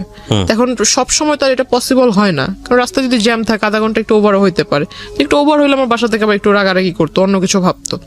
তো আসলে পরে আমি ওই দিন একটু দেরি হয়ে গেছিল। ওই দিন দুইটার মতো বেজে যায়। তারপর আমি বাসা থেকে ওইখান থেকে রিক্সা নিয়ে চলে আসি, বাসায় চলে আসি। বাসা থেকে জিজ্ঞাসা করলো, পরে বললাম এই কাহিনী। তখনও অবধি শুধু, যেহেতু আমি ছোটবেলা থেকে সবকিছু আম্মুর সাথে, মানে যে সাইন ল্যাঙ্গুয়েজে আমার কোনো কিছু যেটা করতে যাব বা কোনো কিছু করার একটা স্টেপ নিয়েছি, আম্মুর সাথে শেয়ার করতাম। কারণ আমি জানি যে আমার আম্মু, আমি যা বলবো সেটা শুধু ভালো হলে আমাকে একটা ভালো সাজেশন দিবে, খারাপ হলেও বুঝাবে, কিন্তু কারোর সাথে এটা লিক করবে না। ওকে। তো বাবার সাথে আমার সম্পর্ক ভালো, কিন্তু বাবার সাথে শেয়ার করার সাহস ছিল না। মার সাথেই করতাম। তো মাকে আমি অলরেডি বলে দিচ্ছি বিষয়টা, ছবি টবিও দেখালাম যে মা এই লোকে এই ঘটনাগুলো করছে। তো মা আমাকে বললো যে তুমি কলেজে যাবা, ড্রেস আপ, যেহেতু ওইখানে আবার বোরকার এলাও ছিল না কলেজ ড্রেসের কালারের বোরকা এলাও না, ড্রেস আপ পরে যেতে হবে, কলেজ ড্রেস পরে যেতে হবে। তো বাসায় আম্মু আমাকে বললো কি যে তুমি ওই ব্যাগে করে, যে নেকআপ বলে, নেকআপ ব্যাগে করে নিয়ে যাবা, রাস্তা পর্যন্ত যাবা, কলেজের গেটে ঢুকে নেকআপ খুলে ফেলবা, আবার কলেজ থেকে বের হয়ে নেকআপ পরে চলে আসবা, যাতে কেউ ফেস না দেখে। তো ওটা করলাম। এখন মানুষ, আমার মাথায় এটা ছিল না যে মানুষের চোখ দেখলেও মানুষকে চেনা যায়, যে আসলে চোখ দেখলে বোঝা যায় যে আমি ওই মানুষটাই এটা। তো সে কিভাবে আমার মানে ফলো করে ফেলছে ওই অবস্থাতেই। আমার নেকআপ টেকআপ বাঁধা ছিল, বাসে উঠছি, বাসে উঠে সনি হলের ওখানে নেমেছি, রিক্সায় দিয়ে 1 নম্বরে মাজার রোডের ঢালে চলে আসছি। সে দৌড়াইতে আসছে পিছন থেকে। এখানে একটা জিনিস খেয়াল রাখবেন প্রিয় শ্রোতা, ওনার না আছে কোনো আপন বড় ভাই, না আছে বাবার দিক থেকে কোনো হেল্প, মা আছেন তিনি আসলে বাক প্রতিবন্ধী, নানা এবং নানু বয়স হয়ে গেছে তাদের। সুতরাং এরকম একটা মেয়ে, এরকম একটা বখাটে লোকের দ্বারা প্রতিনিয়ত হ্যারাসমেন্টের শিকার হচ্ছে। অ্যাকর্ডিং টু হার ওয়ার্ডস, যদি আমরা তাকে বিলিভ করি, তাকে তো একটা শেল্টার দিতে হবে, তাকে তো একটা সাপোর্ট দিতে হবে। অন্যান্য ভাই বোনদের ক্ষেত্রে হলে হয়তো এরকম হতো যে ভাইটা সাথে যাচ্ছে বা মাটা সাথে যাচ্ছে, তাকে গার্ড দিয়ে নিয়ে আসছে। ওর ক্ষেত্রে সেটা সম্ভব ছিল না। সো এগুলো একটু খেয়াল রাখবেন। জি বলেন। তারপর তো ওখান থেকে মানে চলে আসছি, সে পিছন থেকে দৌড়ায় আসছে, দৌড়ায় এসে মানে যে রিক্সার যে হুড যেটাকে বলে, এটা পিছন থেকে এরকম টান দিয়ে ধরেছে। তো রিক্সাওয়ালা পিছনে যখন তাকাইছে, ওই লোক হঠাৎ করে সামনে এসে বলতেছে যে তোমার সাথে আমার কিছু কথা ছিল। তাই আমি বললাম, এটা কোন ধরনের সভ্যতা? আপনি মাঝ রাস্তার ভিতরে এরকম করে আসছেন, আর একটু পরে একটু আগায় গেলে আমার নদী পার হতে হবে। তো ওখানে আমার মানে দেখা গেছে আমাদের ওই পার থেকে অনেক লোক আসা যাওয়া করে। কোন একটা লোক যদি মানে দুর্ভাগ্যবশত দেখে ফেলে এরকম, আপনাকে আমি চিনি না, আপনি আমাকে ওইভাবে চিনেন না, এটা কিন্তু অন্য কেউ বুঝবে না, নিশ্চয়ই খারাপ একটা ধারণা করবে। আপনি এই কাজটা করছেন, এটা আসলে ভালো না। তাকে বুঝালাম। তো বলতেছে যে তুমি যদি এখন এখানে কথা না বলো, তাহলে আমি কোনো কিছু একটা করে ফেলবো। তো আমি বললাম, আপনি কি করবেন না করবেন এটা আপনার বিষয়, এটা আমার কাছে তো বলে লাভ নেই। তো বলতেছে না, আমি কোনো কিছু একটা করে ফেলবো। তো আমি আসলে তার কথা, মানে সে আমার এজে বড়, যদিও বড় ছিল, আমি তার আসলে এই জায়গায় মানে এরকম ধাক্কা দিই। আমি রিক্সাওয়ালাকে বলি যে তুমি যত তাড়াতাড়ি পারো যে ট্রেনে চলে যাও, এই জায়গাটা তুমি পার করো যত তাড়াতাড়ি।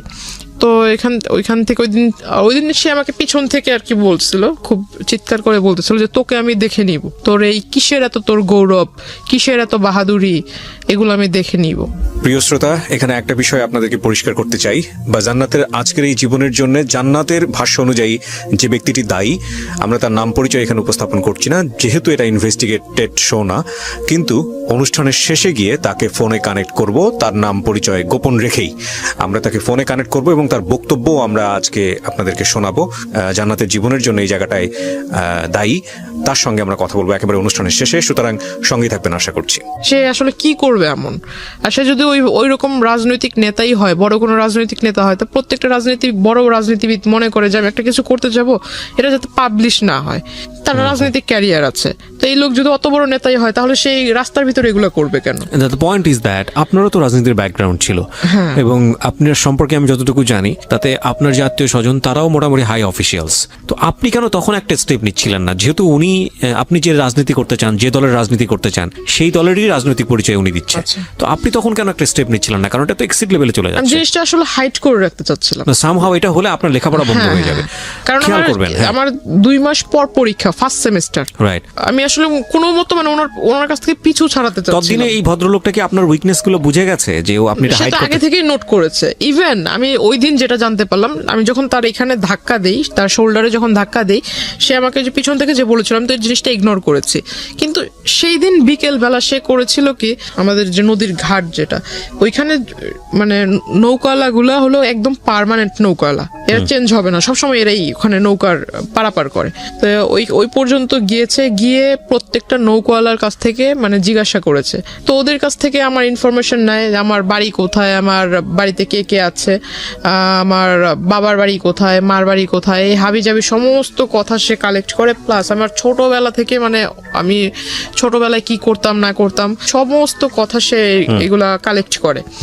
অনেক দিন মানে প্রায় 1 মাসের মতো আর তার মানে ওইখানে আমি কি বলো এটাকে মানে সে আর ওইখানে আসেনি।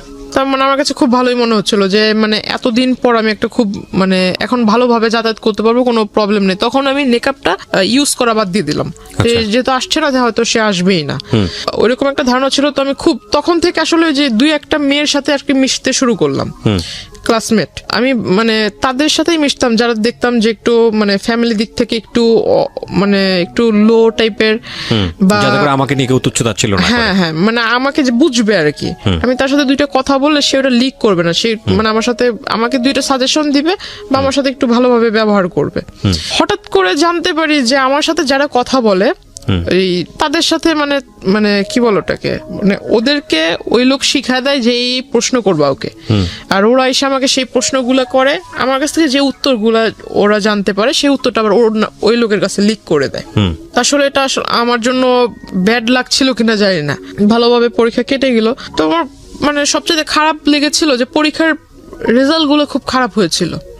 মানে পাস মার্ক যতটা ছিল পাস মার্ক উঠেছে, বাট নাম্বারটা ওইরকম মানে মন মতো হয়নি। ওকে। তো তখন আসলে বাড়ির মা খুব বলল যে কেন এরকম হয়েছে। আমার নানা নানু তো এরকম শিক্ষিত না, তবে মানে তারা ওই মানে পাশ করেছে, ভালো নাম্বারে পাশ করেছে এটা শুনলেই মানে এনাফ। ওকে। কত নাম্বারে পাশ করেছে এটা তাদের দেখার বিষয় না। তো জিজ্ঞাসা করলো যে রেজাল্ট কি, তাই আমি বললাম যে পাশ তো করেছি। তারপর আর কিছু জিজ্ঞেস করে না। তো মা আমাকে বললো, বাবা বললো যে নাম্বার এত কম কেন। এখন পুরোপুরি বলতে পারছি না যে এই ঘটনার ভিতরে আমার লেখাপড়ার ভিতরে মনটা ওইভাবে যায়নি।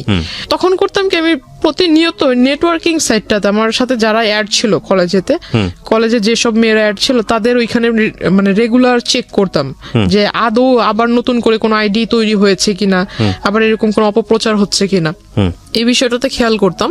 তখন দেখলাম যে না এরকম হচ্ছে না। তখন আস্তে আস্তে পড়ালেখার ভিতরে একটু মন দিচ্ছি।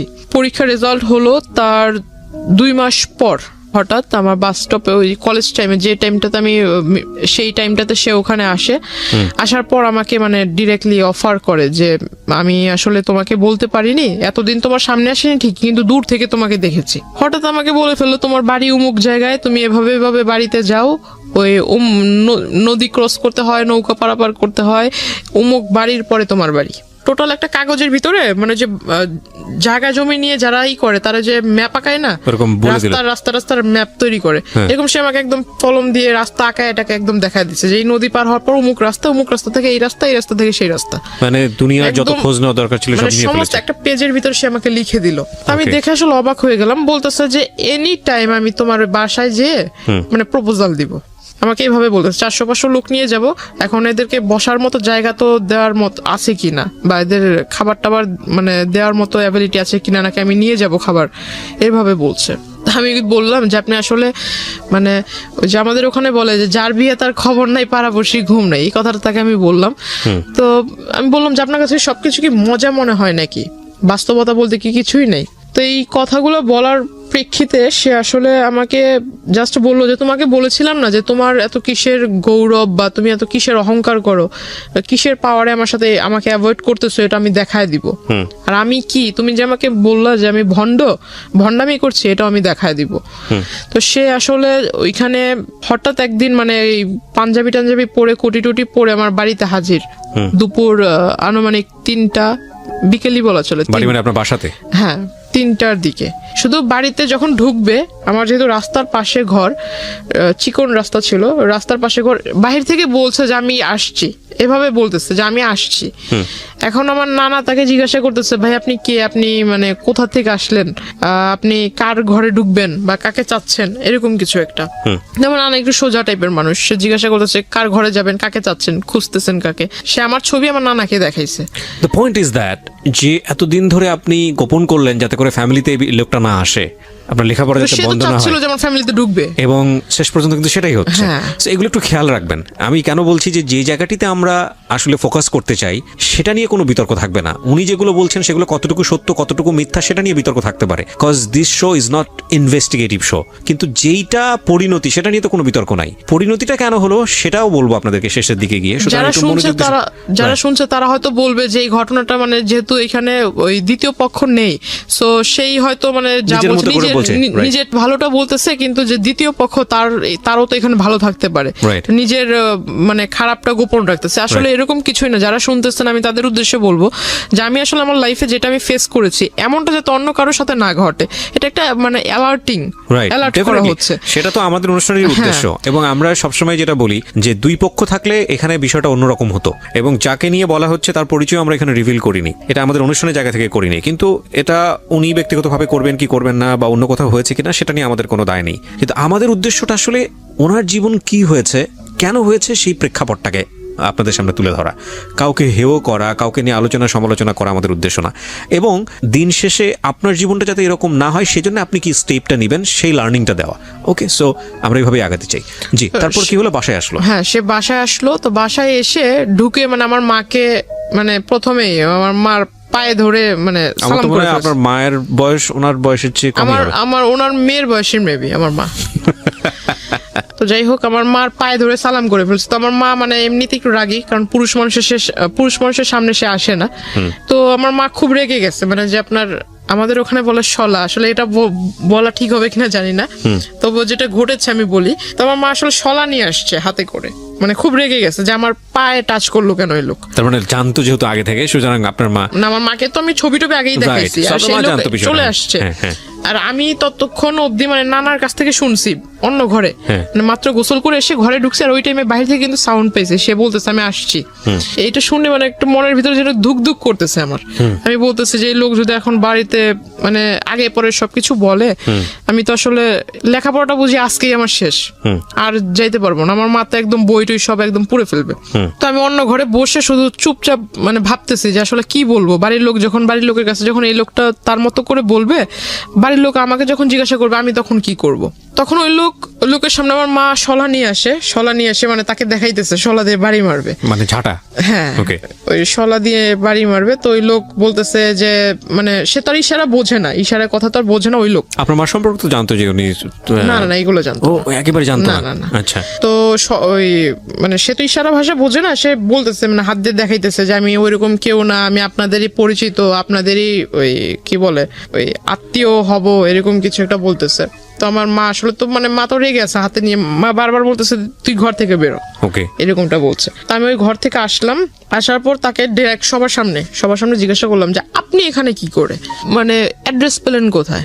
বলতেছে যে বললাম না আমার কাছে কোনো কিছু অসম্ভব না, আমি তো সবকিছু জানি, তোমার সম্পর্কে সমস্ত কিছু জানি। মানে আমি আসলে খুব হতভম্ব। আমার নানা একবার আমার দিকে তাকায়, আমার নানু একবার আমার দিকে তাকায়, আমি একবার তাদের দিকে তাকাই, মানে তারা আমাকে গিলটি ভাবতেছে। রাইট। আমি এখন মানে ভাবতেছি যে আসলে আমি যদি তাদের বাড়ির লোকেরা বলি, এরা কি আদৌ আমার কথা বিলিভ করবে?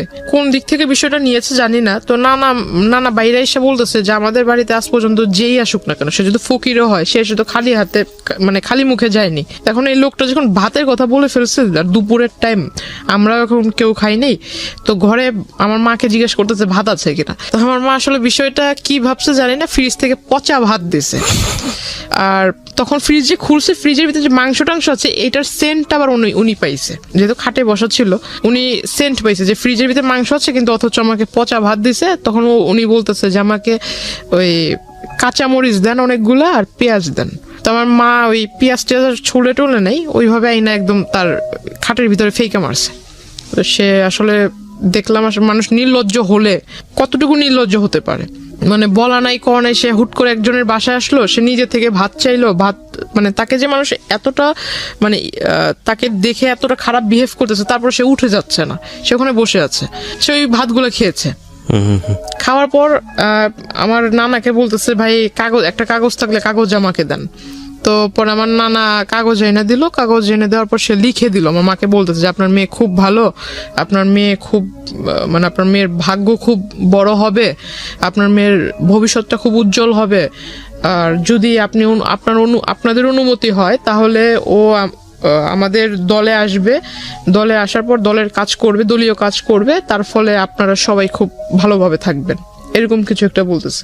তো আমার মাকে যখন লিখে ওটা দিছে, আমার মা একদম কাগজ মানে যেটাকে কি বলে মানে হ্যাঁ ওর দুমড়ে মুছে ওর মুখের ভিতর মারছে। তারপর আমি ওনাকে মানে বাধ্য হই ওনার কলার ধরে বের করতে। তারপরও সে মানে তখন তার যে আমি একটা পুরুষ মানুষ, আসলে যে কোনো পুরুষ মানুষের কলার ধরলে সে রাখবে, রাইট? কিন্তু আসলে তার তখন মুখের ভিতর হাসি ছিল, রাগ ছিল না। আমি যে তার সাথে মানে এরকম খারাপ আচরণ করছি, মানে যদি আপনাকে বিলিভ করি তাহলে এটা বলতে হবে যে সে তো জেনেই আসছে তার সঙ্গে এরকম ব্যবহার হবে, সো হি নোজ এভরিথিং। দাবার গুটির চালটা কি হয়? দাবার গুটিতে চালটা হচ্ছে যে আমি যে চালটা দিব, এই চালের পরে কি চাল দিতে পারে সে 8টা 10টা অল্টারনেটিভ যে ভাবতে পারে সে সবচেয়ে ভালো খেলে। মানে নিয়মটা হচ্ছে এটাই দাবা খেলার। প্রত্যেকটা মানুষের লাইফ স্টাইলে কিন্তু এরকম, ও যে এখানে এসছে সম্ভাব্য আচরণ কি হতে পারে আপনার ফ্যামিলি থেকে, ও সবকিছু হিসাব করে এসছে এবং ও মেন্টালি সেট হয়ে এসছে, যদি আপনাকে বিশ্বাস করি, এবং ওর কমন পড়ে গেছে, তো কমন পড়ে গেছে তো রিয়াক্ট করবেন, এটা খুব স্বাভাবিক। তো ওইখান থেকে উনি যখন বের হয়ে চলে যায়, হঠাৎ করে মানে উনি যে বাসায় গিয়েছে বা অন্য কোথাও গিয়েছে, গিয়ে সারেনি, সে আমাকে হঠাৎ করে মেসেজ দিয়েছে আমার নাম্বারে। মেসেজে লিখেছে যে আমি আসলে জানতাম না তোমার বাবা মা এরকম, দেখে খুব কষ্ট হলো, আমি আসলে মানে খুব অনুতপ্ত তাদেরকে দেখে, তাদের এই বিষয় দেখে। বাবা তো নাই, বাবা তো তখন বাসায় নাই। না বাবা মার সম্পর্কে তো সে তো আগে থেকেই জানে, কিন্তু আয়েশা তো দেখছে আমার মাকে।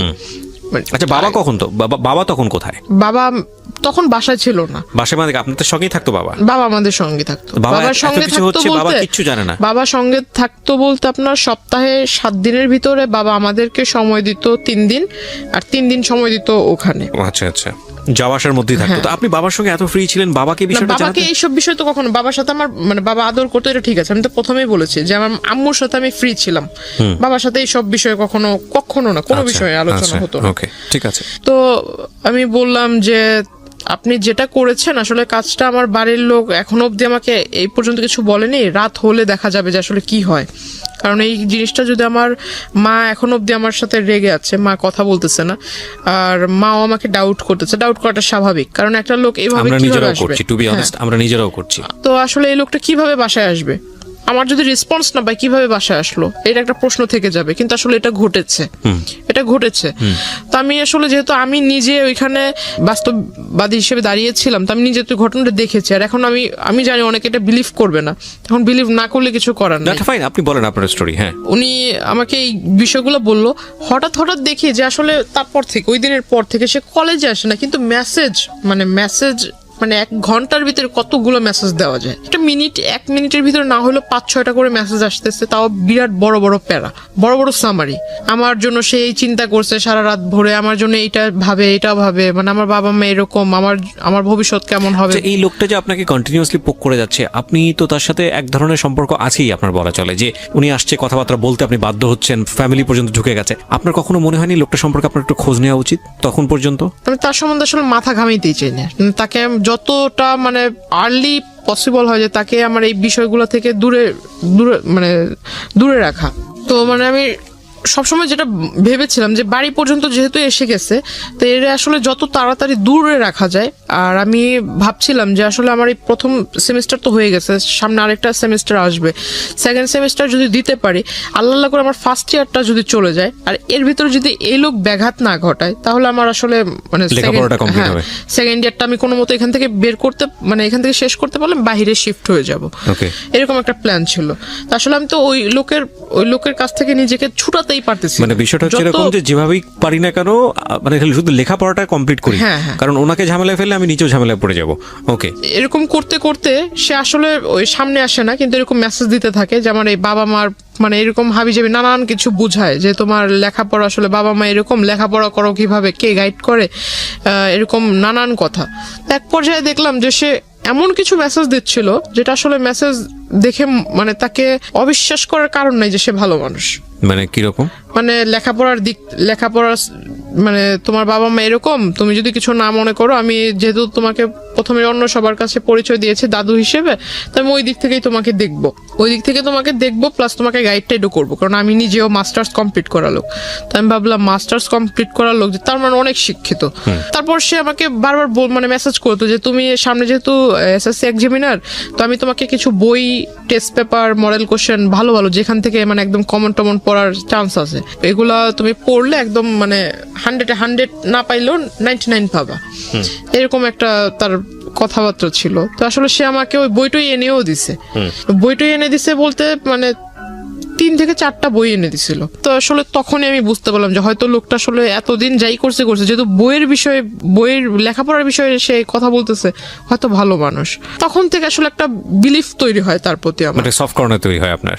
হ্যাঁ বলতে পারেন। এখানে একটা সাইকোলজিক্যাল ব্যাপার আছে প্রিয় শ্রোতা এবং দর্শক যারা দেখছেন, যে একটা মানুষকে আপনি যদি কন্টিনিউয়াসলি পোক করতে থাকেন, আপনার প্রতি একটা রিজেকশন থাকলেও মানে এটা কন্টিনিউয়াসলি যদি পোক করতেই থাকেন, লেগেই থাকেন, সামহাও কোনো একটা ভালো দিক যদি চলে আসে, ওই মানুষের প্রতি ফল ইন হওয়ার একটা সুযোগ থাকে, যেটা হয়তো আজকে যিনি গেস্ট এখানে আছেন তার হয়েছে। জি, ওনার মানে বইটই দেয়, আমি বইটই পড়ি। তারপর আবার দেখতাম যে উনি আমাকে বলতো যে আমি যদি কলেজে আসবো, তোমার কলেজের ওইখানে এসে তোমাকে ডিস্টার্ব করবো না, তবে তুমি যদি কিছু না মনে করো তাহলে আমার সাথে লাঞ্চ করবা।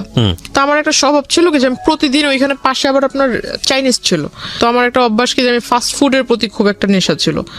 তো আমি ওই চাইনিজে ঢুকে একলাই এক টেবিলে বসতাম, যেগুলো মানে যে স্টুডেন্ট যে অফারগুলো ছিল এগুলো আমি নিয়ে মানে একাই টেবিলের ভিতরে বসে খাইতাম, প্লাস ছবি তুলতাম। মানে আমার একটা যে বললাম যে নানা নানু খুব আদর করতো, তো নানার কাছে বলতাম যে আমার এই বই লাগবে, সেই বই লাগবে, আমার একটু পকেট মানি বেশি দিতে হবে। নানাও বিলিভ করতো যে হ্যাঁ বই যেহেতু কিনতে হবে টাকা তো বেশি লাগবে, তো যে টাকাটা চাইতাম সেটাই দিত। তো তার কাছে থাকার না থাক, নানির যে ব্যাগ আছে ওইখান থেকে টাকা নিয়ে দিলেও দিত। তো আমি আসলে ওই কাজটা করতাম। তো এটা আসলে সে নোটিস করেছিল, মেবি আগে নোটিস করেছিল। ইভেন সে ওই দিন আমাকে সেই মানে প্রথমে বলে যে লাঞ্চ করবে, তো আমি ভাবলাম লাঞ্চ করলে সে যে মানুষ কফির 20 টাকার জন্য ঝগড়া করছে সে কোথায় লাঞ্চ করতে পারে। তো আমাকে সে ওই চাইনিজটাতেই পরে ডাকে, আসলে সে ভিতরে বসা ছিল, আমি এটা খেয়াল করিনি। পরে ওই দিন আমি একটু মানে বুঝতে পারি যে আসলে হয়তো এই বিষয়টা সেও জানতো। তো তখন আমি আসলে শিওর হলাম। তারপর জিজ্ঞাসা করলাম, তাকে খুব রিকোয়েস্টও করলাম। ওইখানে দুই তিনজন ওয়েটার ছিল, ওয়েটার আসলে হাসতেছিল আমার কথা শুনে। আমি তাকে খুব রিকোয়েস্ট করলাম যে দেখেন আপনি আমার দাদু হন আর যাই হোক, আপনাকে আমি মানে আমার শ্রদ্ধেয় গুরুজন হিসেবেই বলি, ওইরকম ব্যক্তিত্বের ভিতরে আপনাকে রেখেই বলি, হাত জোর করে মানে 2 হাত জোর করে তার কাছে রিকোয়েস্ট করতেছিলাম যে আমি লেখাপড়া করতেছি, দয়া করে আমাকে লেখাপড়াটা করতে দেন। এরকম করে আসলে ডিস্টার্ব করা, আপনি আমাকে কোন দিক থেকে দেখেন, মানে আমার সামনে একরকম বিহেভ করেন, আর যখন আমার মানে ফোনের ওপারে থাকেন যেসব মেসেজ দেন এগুলো আবার একটু অন্যরকম। কারণ মাঝখানে সে লেখাপড়ার সাজেশনের পাশাপাশি কিছু আপনার মানে প্রেম জাতীয় কিছু, হ্যাঁ এরকম মানে ছন্দ টন্দ মানে আমরা বুঝি, হ্যাঁ ছন্দ টন্দও পাঠাতো। তখন ভাবতাম যে আসলে লেখাপড়ার জিনিস বিষয়ে লিখতেছে ঠিক আছে, কিন্তু এইসব যে ছন্দ এইগুলো পাঠানোর মানে কি? দাদু তার নাতিনকে এইসব ছন্দ পাঠাবেন? তখন জিজ্ঞেস করছি। খেয়াল রাখবেন যে ওর বয়সটাও কিন্তু 18 বছর, মানে যিনি এখানে বলছেন জান্নাত, তার বয়সটাও কিন্তু 18 বছর, এবং 18 বছর হচ্ছে মেয়েদের কিংবা ছেলেদের জীবনের আগুন বছর আমি বলি এটাকে, সুকান্তের সেই কবিতার মতো। যদিও সুকান্ত ওখানে অন্যভাবে এটাকে নিয়ে আসছেন, কিন্তু টিনেজের যে বয়ঃসন্ধিকাল সময়, এটা আগুন বয়স। এখানে ভুল করা মানে এখানে ভুল করবে না তো জীবনে কোথায় ভুল করবে, এরকম একটা বয়স, সোজা কথায় যদি বলা চলে। বলেন। তারপর উনি আমাকে বললো যে এগুলা নাকি অনেক বড় বড় কবি, তার ফ্যান, অনেক বড় বড় লেখক কবি আছে, তো তার ফ্যান, তারা তাদেরকে ঘুম থেকে ওঠার সাথে সাথে নতুন নতুন ছন্দ মেসেজ লিখে পাঠায় দেয়, এইগুলো সে আমাকে পাঠায়। তো আমার কাছে মানে বিষয়টা আসলে বিলিভ ওইভাবে করিনি। তারপর ওখানে খাওয়া দাওয়া করলাম। খাওয়া দাওয়া করার পর আমি আমার মার জন্য মানে খাবার, এটা আমার একটা স্বভাব ছিল যে আমি কোথাও গেলে আমি মার জন্য, বোনের জন্য খাবারটা নিয়ে আসতাম। তো আমার খাওয়ার পর আমি খাবারটা পার্সেল করে নিয়ে আসি, আমার টাকা দিয়ে আমি খেয়েছি। তো সে আমাকে বলতেছে যে আমি আজকে না হয় আমি বিল পেমেন্ট করি। তো আমি বললাম যে না থাক, আপনার করার দরকার নেই, আপনি শুধু আমার একটা কথা রাখেন যে আমি খুব উপকৃত হব এটা করলে, আপনি আমার মানে আমার পিছু ছেড়ে দেন, পারলে আমার জন্য একটা ছেলে খোঁজেন, কিন্তু আপনি আমার পিছু ছেড়ে আমাকে ভালো সাজেশন দিচ্ছেন, এটা ভালো দিক, কিন্তু যেসব মাঝামাঝি যেসব কথা বলেন বা যেসব SMS দেন এগুলো আসলে ঠিক না। তারপর আমি তাকে ওই SMS গুলো আমি নিজে তাকে পড়ে পড়ে শোনাই। তখন পিছন থেকে ওয়েটাররা খুব হাসতেছিল। আমাকে একজন ওয়েটার জিজ্ঞাসা করলাম যখন বের হব, সে কিন্তু ভিতরেই বসে আছে। সে ভিতরে বসে আছে বিকজ সে আমার প্রশ্ন হলো যে এতদিন যে সে আমার সম্পর্কে খোঁজ নিয়েছে, সে যেহেতু জানে যে আমি ওই চাইনিজে খাওয়া দাওয়া করেছি এর আগে বেশ কয়েকবার একা একা এসে, তাহলে তার ভিতরে হয়তো প্রশ্ন জাগতে পারে যে সে একটা মেয়ে একা একা চাইনিজে এসে কেন খাবে, হয়তো নিশ্চয়ই কারোর সাথে খেয়েছে, এমন প্রশ্ন সে জিজ্ঞাসা করতে পারে। বা সে কেন কি বলো ওটাকে মানে কেন খোঁজ নিল না যে আমি ওইখানে একা একা কি প্রতিদিনই রেগুলার এসে খাই বা কত টাকার খাই, এরকম কিছু একটা। এরকম না করে মানে সে ডিরেক্টলি ম্যানেজার মানে এইগুলো আগে না করে ওই দিন যায় সে ম্যানেজারকে জিজ্ঞাসা করে। এগুলো তো সে আগেও করতে পারতো, যেহেতু সবকিছু জানে সে আগে খোঁজ নিতে পারতো। সে আমি চলে আসার পর ওই দিনই ম্যানেজারের কাছে যা জিজ্ঞাসা করে, সে করে কি মানে মানে টাকা দেয়, টাকা দিয়ে মানে খোঁজ খবর নিবে আর কি, যে আমি এর আগে 2016 শুরুর দিক থেকে যে এই কয় মাসের ভিতরে সে কতবার এসেছে, আমার ছবি দেখায় কতবার এসেছে। তখন মানে ওই ফুটেজগুলো সে নেয়, ফুটেজগুলো নিয়ে সে করেছে কি ওই যে আপনার স্টুডিওতে মেবি ফুটেজ কাটা যায়, কেটে মেবি এডিট করা যায়, ওখানে কেটে ওই রেস্টুরেন্টে সে তার সাথে এক লোককে নিয়ে গিয়েছিল, লোক নিয়ে তার মানে ভিডিও করে সেটার সাথে ম্যাচ করে দিছে।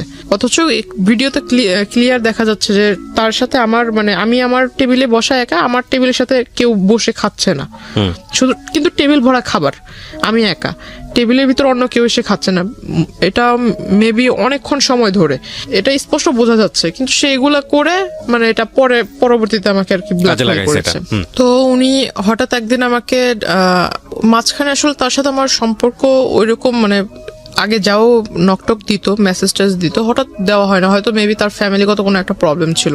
তো তখন আমি ভালোই দিন যাচ্ছে, তো আমার কিছু বাবা তখন একটু বাইরে ছিল, ইন্ডিয়াতে আবার গিয়েছে, তো মার কিছু প্রয়োজনীয় জিনিস ছিল। তো তখন আবার বাড়িতে হয়েছিল কি যে আমার নানুর সাথে আম্মুর একটু কথা কাটাকাটি হয়েছে। তো আমি একটু খুব জেদি ছিলাম যে এত বছর ধরে আম্মু এখানে আছে, আম্মুকে এত ভালোবাসো, তাহলে আবার এত কথা কেন বলবা, খুব রাগ হয়েছে। তো আমি করেছিলাম কি পাশের মানে 2-3 বাসা পরে পাশের বাড়িতে এক আত্মীয়র বাসাতে রুম ভাড়া দিত, তো আমি আম্মুকে নিয়ে ওখানেই যাই, ফার্স্ট ওখানেই গেলাম। তো যাওয়ার পর ওখানে কিছুদিন রইলাম, তো এখন আম্মু বলতেছে যে অনেক জিনিস কমতি আছে, এগুলো লাগবে। তো আমি বললাম যে ঠিক আছে, তা আমি নিজেই যাব।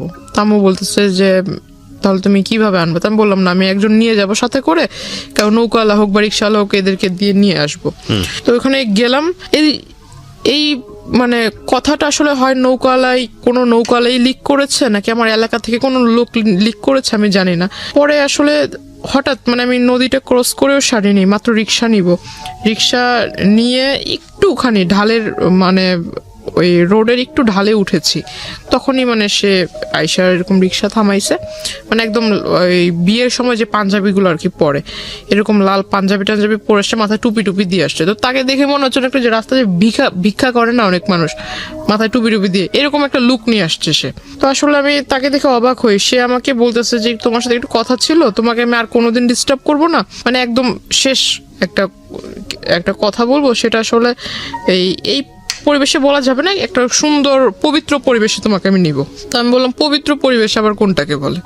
তো বলতেছে না, একটা ভালো জায়গায়, ওইটা তোমার একটা দরগা টাইপের পাশেই, তো রাস্তার পাশেই আবার টিম্বার ছিল, অনেকগুলা কাঠের দোকান ছিল, ভিতরে একটা ছোট্ট একটা ঘরের মতো, ভিতরে যে আপনার মাজার দরগা এগুলা ওইটার ভিতরে নিল, ওখানে তার আগে থেকে তার পরিচিত লোক বসা। দ্যাট মিন সে এতদিনে যে আমার সাথে কানেক্টেড ছিল না, এই গ্যাপটাতে সে করেছে কি আপনার যে নোটারি পাবলিক বলে যে এই কাগজগুলা তৈরি করেছে, প্লাস আমি আপনাকে যে পেপারস গুলো দেখিয়েছি যে আমাদের নামে সে অনেকগুলো মামলা করেছে, মানে আমার হয়ে আমাদের নামে মামলা করেছে, মানে আমি আমার ফ্যামিলির নামে মাদকের মামলা করেছি, এটা পেপারস আমি আপনাকে দেখিয়েছিলাম।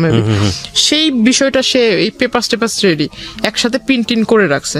তো এখন আমি যতটুকু বুঝতাম যে শাপলা মানে হলুদ পেপারের উপরে শাপলা টাপলা ছাপানো, এর মানে কি দলিল, এতে তো বোঝা যায়। এখন ওখানে লেখাগুলো যে আমি মানে প্রথমে তো ভিতরে আমি যাই, সবার সামনে বলতেছে যে এখানে দুজনে নামাজ পড়বো একসাথে, নামাজ পড়ে মোনাজাত নিয়ে তুমি এই পেপারসে সাইন করবা। আমি বললাম পেপারসে সাইন করবো, মামার বাড়ির আবদার নাকি? এটা মুখের কথা, আপনি আমাকে বলবেন আমি পেপারসে সাইন করে দেবো, আমি পেপারস পড়বো না, কিসের পেপারস? আর পেপারসে সাইনই বা করার কথা আসতেছে কেন? তো বলতেছে আমি তোমাকে বিয়ে করবো, এই মুহূর্তে করবো। তা আমি বললাম যে আমার বয়স হয়েছে বিয়ে করার। তো বলতেছে না, আমি এত কিছু বুঝি না, তোমার বয়স, তুমি এসএসসি এক্সামিনার, তোমার নাকি বয়স না হয়েছে, তোমার তো চলে মিনিমাম। তো আসলে সে আমার বয়সটা ধরেছিল সার্টিফিকেট অনুযায়ী। ও হ্যাঁ, সে আমাকে এই বিষয়টাতে মানে যে বিয়েটার যে বিষয়টা আসলো, এর আগে সে করেছে কি আমার ওই যে তার রাজনৈতিক যে প্রেক্ষাপট, সেখানে সে আমাকে পোস্ট দিবে, এটা সেটা দিবে, আমি বুঝি না তাতে কি হয়েছে। সে আমাকে যে পোস্টটা দিবে, এই পোস্টার ফলে আমি নানান জায়গায় ভিজিট করব, সেখান থেকে অনেক আউট নলেজ আয়ত্ত করতে পারবো, তার ফলে আমি মানে একটা ভালো রাজনৈতিক দলের কর্মী হিসেবে গ্রহণযোগ্য হব। তাকে আমি বিশ্বাস করে সে আমার কাছে বললো যে তোমার ওই পাসপোর্ট তৈরি করতে হবে। তখনও অবধি আমার পাসপোর্ট নাই। বলতেছে পাসপোর্ট করতে হবে, পাসপোর্টের জন্য ওই ছবি টবির প্রয়োজন, প্লাস তোমার ওই যে স্কুল সার্টিফিকেটের যত কাগজপত্র আছে এগুলা। তো আমি বললাম যে আসলে পাসপোর্ট আপনি কেন করবেন, আপনি আমাকে বলেন কোথায় যেয়ে করতে হবে, আমি বাড়িতে যেয়ে বলবো। তো বলতেছে না, বাসায় জানানোর দরকার নেই, এটা তুমি বাসায় সারপ্রাইজ দিবা যখন তুমি পোস্টটা পাবা, বা এই পোস্টটা যখন টিভিতে তোমাকে দৈনিক দেখানো হবে, মানে নানান রকম অনুষ্ঠানে তোমাকে দেখানো হবে, তুমি যখন বক্তৃতা দিবা বাড়ির লোক দেখবে, তারা এমনিতেই ইমপ্রেসড হবে। তাই আমি বললাম সত্যি কি এরকম কিছু হবে? তো যেহেতু ভিতরে একটা ওই রাজনীতি করার একটা ক্ষোভ ছিল, ক্ষোভ বা ভালো আগ্রহ, আচ্ছা যাই হোক, ওটা ছিল। তো আমি আসলে ওই দিক থেকে চিন্তা করলাম, সে যেহেতু মানে মানে মেঘ না চাইতে বৃষ্টি হয়ে যাচ্ছে। আমার ছোটবেলা থেকে একটা ইচ্ছা ছিল, সে আমাকে মানে এত বড় একটা প্ল্যাটফর্মে আপনি লোভে পড়ে তাকে কিছু ডকুমেন্টস দিয়েছেন, আমি বুঝতে পারছি। হ্যাঁ, লোভ বলতে পারেন।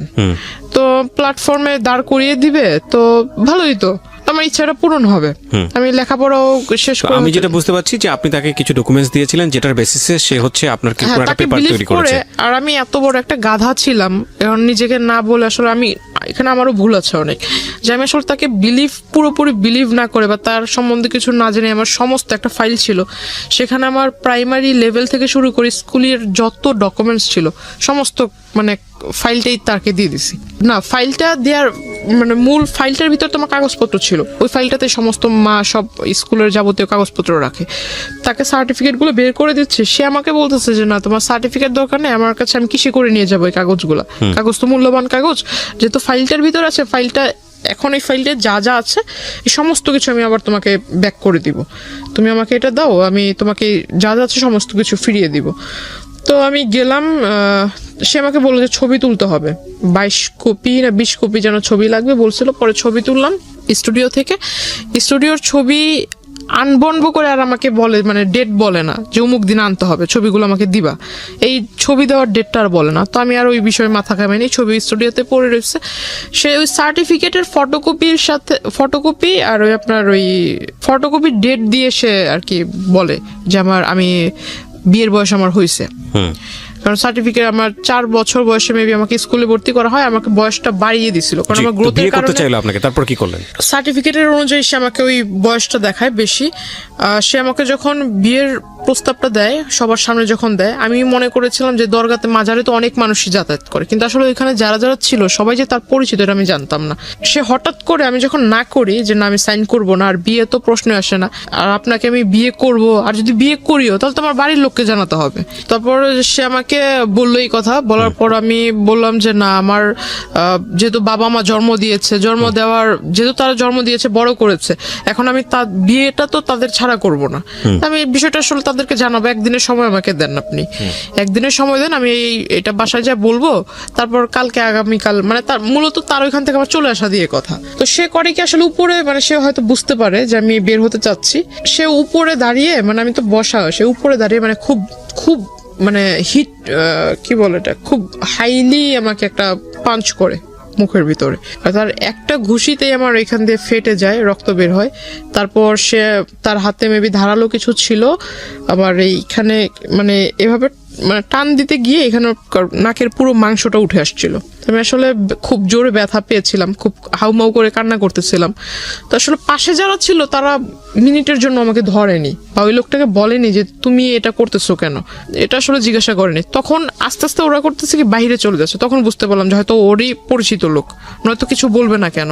তো ওইখানে একটা মহিলা ছিল, আমি তাকে বললাম দেখেন আমি আসলে তাকে মানে ওইভাবে চিনি না, কিছুদিন ধরে চিনি, কিন্তু সে আমাকে জোর করে বিয়ে করবে এটা তো হয় না, আর আপনাদের এখানে এগুলো ঘটতেছে, আপনারা কিছু বলতেছেন না কেন? তো ওই মহিলার ওইখান থেকে ও করে কি আমাকে নিয়ে বের হয়ে যায়, বের হয়ে আমার এখান থেকে রক্ত বের হইতেছে, সে আমাকে রাস্তাটা টেনে নিয়ে যাচ্ছে। এক লোক জিজ্ঞাসা করতেছে যে মেয়ের মুখ থেকে রক্ত বের হচ্ছে, মাংস এখান থেকে ফেটে গেছে, আপনি মানে ওকে এভাবে টেনে নিচ্ছেন কেন?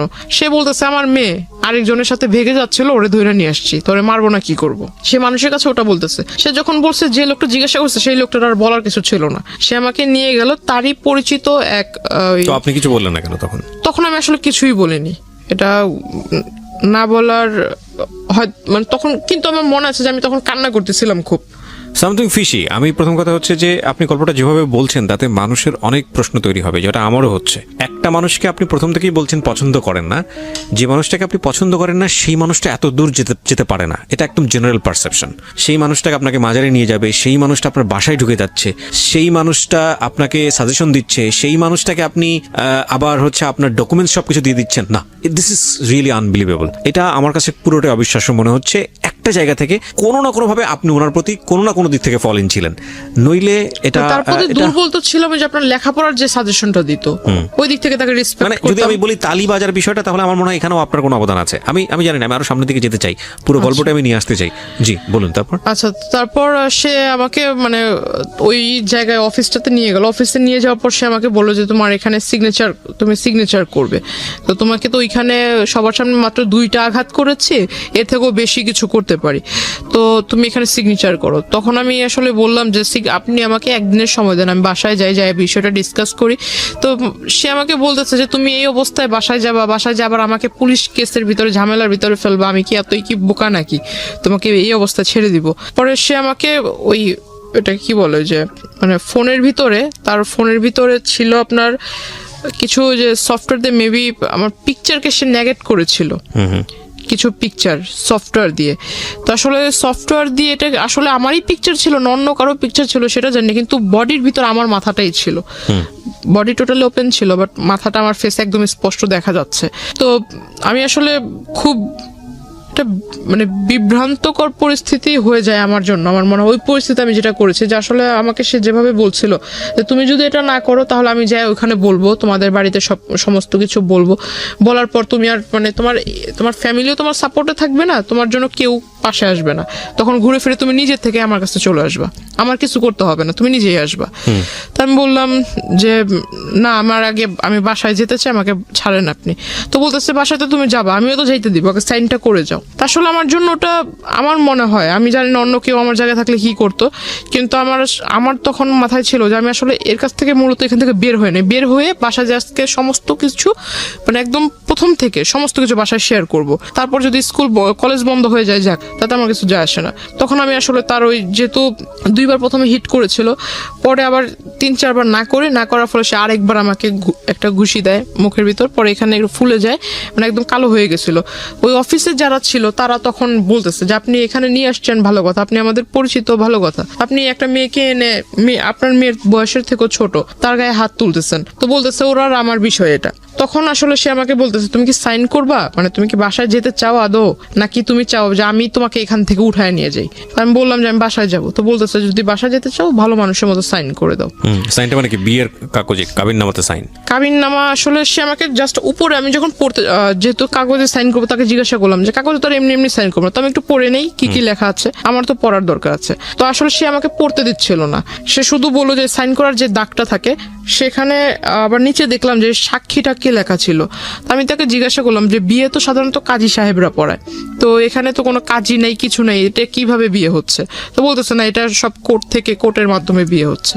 আমি কোর্ট থেকে সমস্ত কাগজ নিয়ে আসছি, দ্যাট মিন সে নিজেই অনেক লোকের স্বাক্ষর সে নিজেই দিয়ে দিছে। পরে যখন সে আমাকে বললো, তারপর আমি মনে হয়েছে যে আমি বাসায় চলে যাব, আর এই সাইনটা যদি না দেয় তাহলে তো সে আমাকে বাসায় যেতে দিবে না। আমি আসলে তখন সাইনটা করি।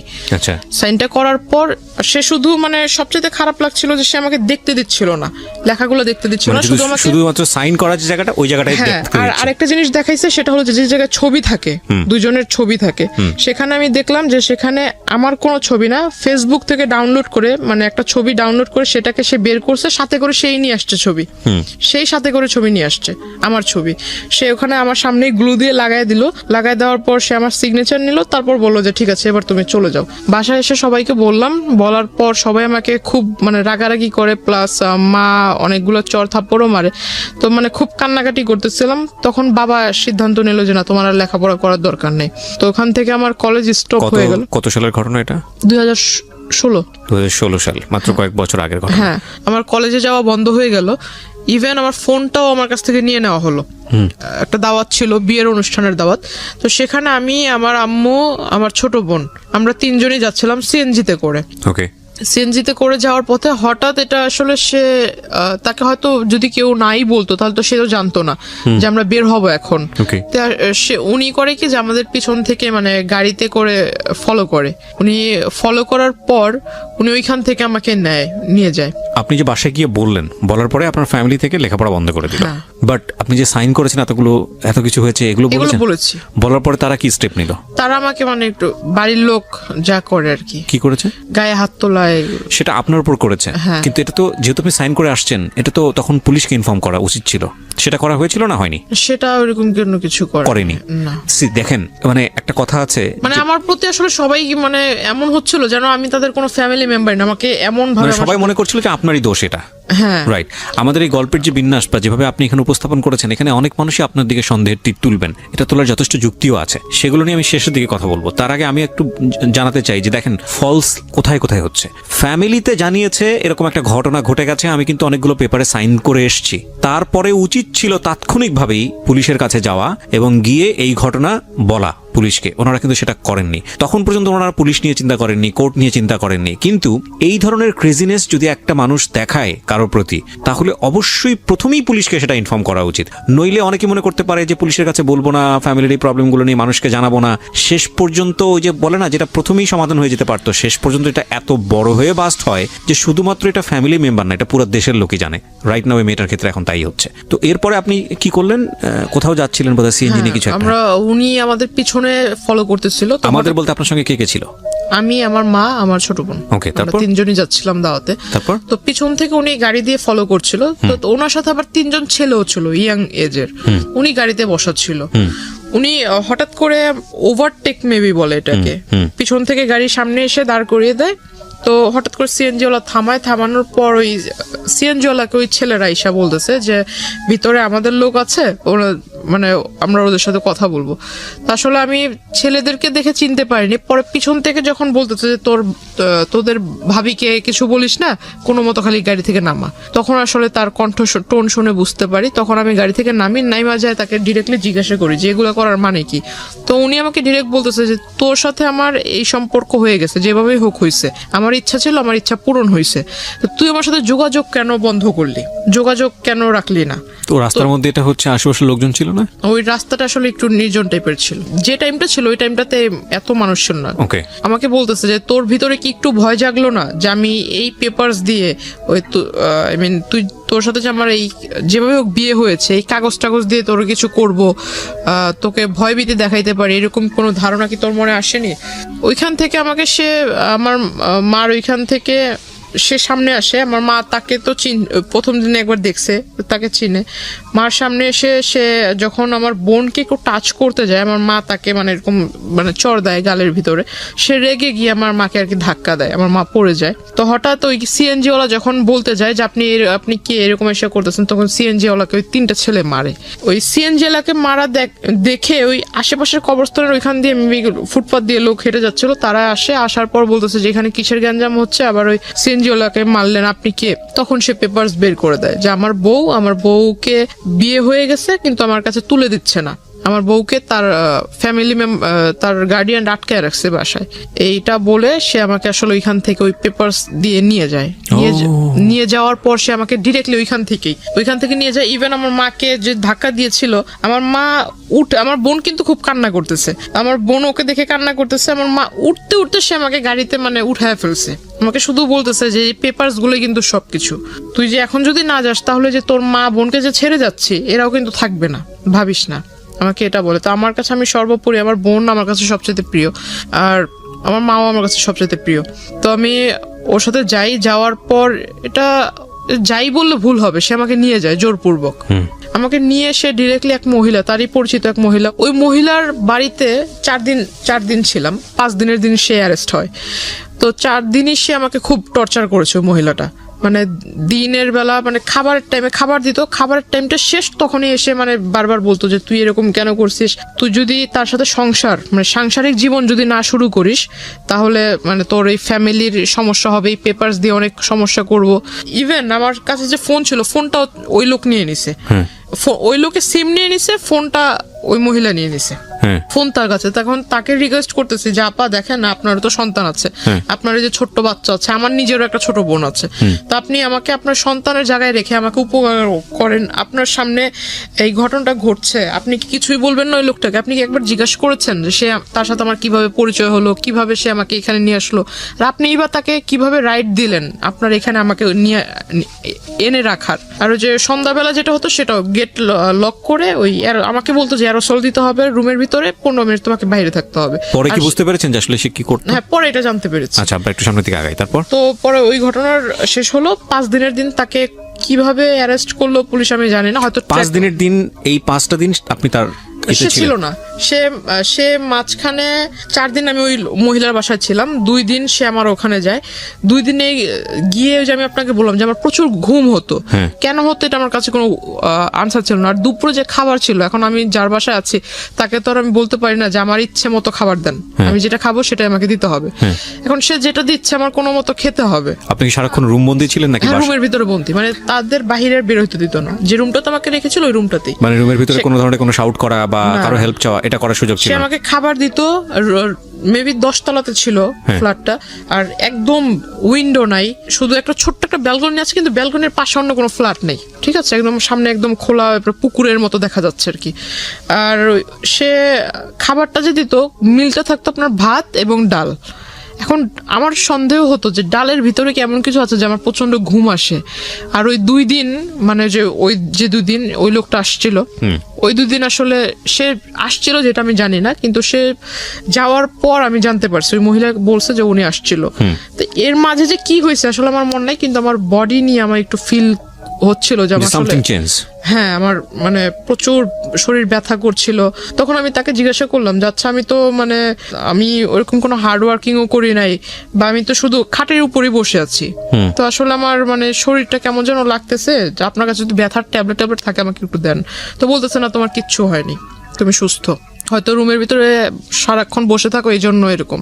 তো আমি বললাম যে রুমে যেহেতু সারাক্ষণ আপনি বলতেছেন আমি বসে থাকি, তাহলে আপনার ওখানে কোনো একটা কাজটা দেন, আমি ছোট ছোট মানে আপনাকে হেল্প করি, আপনার কাজে হেল্প করি। বলতেছে না, তোমার ওই রুমেই বসে থাকো। মানে আপনি তো নরমালি ছিলেন, আপনার কথা শুনে যেটা মনে হচ্ছে মেন্টালি নরমাল ছিলেন। লাইক আপনাকে তো এক জায়গায় ব্লক করে ফেলেছে, আপনার তো সামহাউ ফ্যামিলি ওখান থেকে স্কিপ করার কথা। ওইখান থেকে আপনার একটা আর্জি থাকা উচিত যে যে কোনো ভাবে হোক আমাকে এখান থেকে বের করো, বা এরকম কিছু একটা। না, এটা তাকে ওই মহিলাকে তো অনেকবার কনভিন্স করেছি, প্লাস ওই মহিলার সাথে দেখা করার জন্য ওনাদেরই দলের কিছু লোক এসেছে, মানে এটা দেখার জন্য যে আসলে ওই লোক আমাকে কেনই বা আনছে এখানে, এনে এখানে রাখছে। মানে তাড়াতাড়ি মানে যে মহিলাটার বাসায় রাখলো ওই মহিলার সাথে ওই লোকের খুব ভালো রিলেশন, আবার ওই লোকের অগোচরে, ওই ব্যক্তির অগোচরে ওই মহিলা আবার তাদেরই দলের যে তাদের যে রাজনৈতিক দল, ওই দলের মানুষদের সাথে ওই লোকের ব্যাপারে খারাপ আলোচনা করতেছে। এটা আমি আমার রুম থেকে শুনছি, বাইরে যারা কথা হচ্ছে। তখন আমাকে হঠাৎ ডাকলো সবাই, ডাকার পর আমাকে বলতেছে আচ্ছা, আপনার ভিতরে এমন কি দেখে সে এত পাগল হয়েছে? আসলে কি আপনাদের জমি জমার জন্য কি আপনাকে বিয়ে করা, নাকি আপনাদের সাথে আসলে ভালোবাসার কোনো সম্পর্ক আছে? তখন আমি তাদেরকে ফুল ডিটেলস বলি। তো আমি বললাম যে দেখেন, পারলে আমাকে একটু উপকার করেন, হয় আমার বাড়ির লোকের সাথে কথা বলায় দেন, আর না হয় আমাকে আপনারা একটু নিজ দায়িত্বে বাড়িতে পৌঁছায় দেন।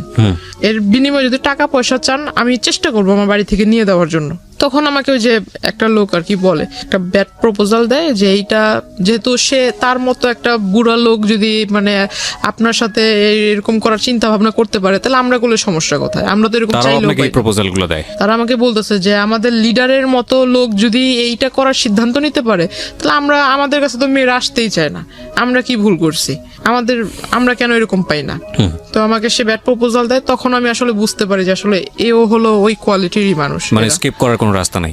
না, এদেরকে আমি বললে তো আর উল্টা তাদের আবার এই সমস্ত ওদের সাথে যা যা কথা হয়েছে আমার কাছ থেকে তো সমস্ত কিছু শুনছে। শোনার পর আমি যে ওই লোকের কথা বললাম, ওই লোক খারাপ এটা সেটা যে বললাম, এগুলো আবার যা ওই লোকের কাছে বলে দিছে। প্রিয় শ্রোতা, এখানে একটা বিষয় আপনাদেরকে পরিষ্কার করতে চাই।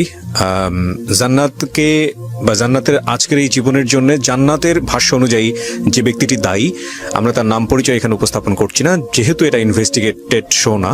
কিন্তু আমরা অনুষ্ঠানের শেষে গিয়ে তাকে ফোনে কানেক্ট করব, তার নাম পরিচয় গোপন রেখেই আমরা তাকে ফোনে কানেক্ট করব এবং তার বক্তব্য আমরা আজকে আপনাদেরকে শোনাবো। আমরা প্রথমে জান্নাতকে বা জান্নাতের যে পরিবার এখানে এসেছে তাদের সবাইকে ফ্লোর দিতে চাই, তাদের কথা শুনতে চাই এবং সেখান থেকে যে প্রশ্নগুলো উদ্ভাবন হবে সেগুলো নিয়ে আমরা যে ব্যক্তিটি আজকে জান্নাতের জীবনের জন্য এই জায়গাটায় দায়ী তার সঙ্গে আমরা কথা বলবো একেবারে অনুষ্ঠানের শেষে। সুতরাং সঙ্গে থাকবেন আশা করছি। এখানে একটা বিষয় আপনাদেরকে পরিষ্কার করতে চাই। জান্নাতকে বা জান্নাতের আজকের এই জীবনের জন্য জান্নাতের ভাষ্য অনুযায়ী যে ব্যক্তিটি দায়ী, আমরা তার নাম পরিচয় এখানে উপস্থাপন করছি না, যেহেতু এটা ইনভেস্টিগেটেড শো না। কিন্তু আমরা অনুষ্ঠানের শেষে গিয়ে তাকে ফোনে কানেক্ট করব, তার নাম পরিচয় গোপন রেখেই আমরা তাকে ফোনে কানেক্ট করব এবং তার বক্তব্য আমরা আজকে আপনাদেরকে শোনাবো। আমরা প্রথমে জান্নাতকে বা জান্নাতের যে পরিবার এখানে এসেছে তাদের সবাইকে ফ্লোর দিতে চাই, তাদের কথা শুনতে চাই এবং সেখান থেকে যে প্রশ্নগুলো উদ্ভাবন হবে সেগুলো নিয়ে আমরা যে ব্যক্তিটি আজকে জান্নাতের জীবনের জন্য এই জায়গাটায় দায়ী তার সঙ্গে আমরা কথা বলবো একেবারে অনুষ্ঠানের শেষে। সুতরাং সঙ্গে থাকবেন আশা করছি।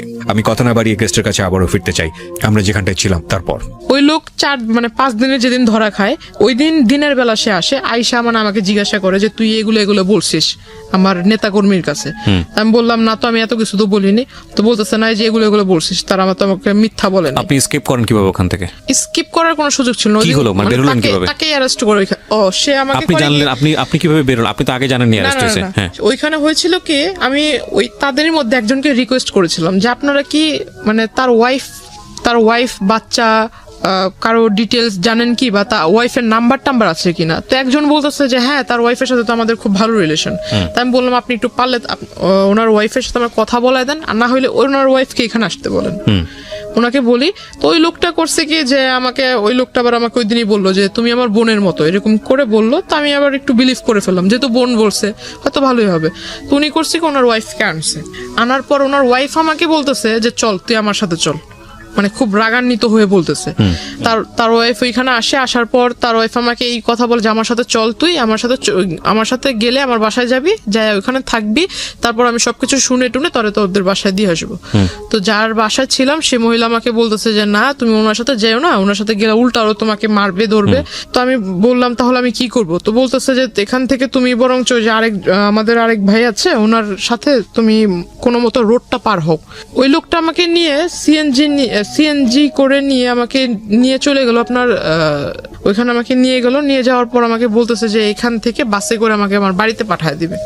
এখন বাসে করে যে আসবো আমার কাছে তো টাকা নেই, বাসে করে না হয় সে পাঠায় দিল, আর সে আমাকে বাসের ভাড়াও দিবে না, বাসে করে পাঠাবে বাসের ভাড়া দিবে না।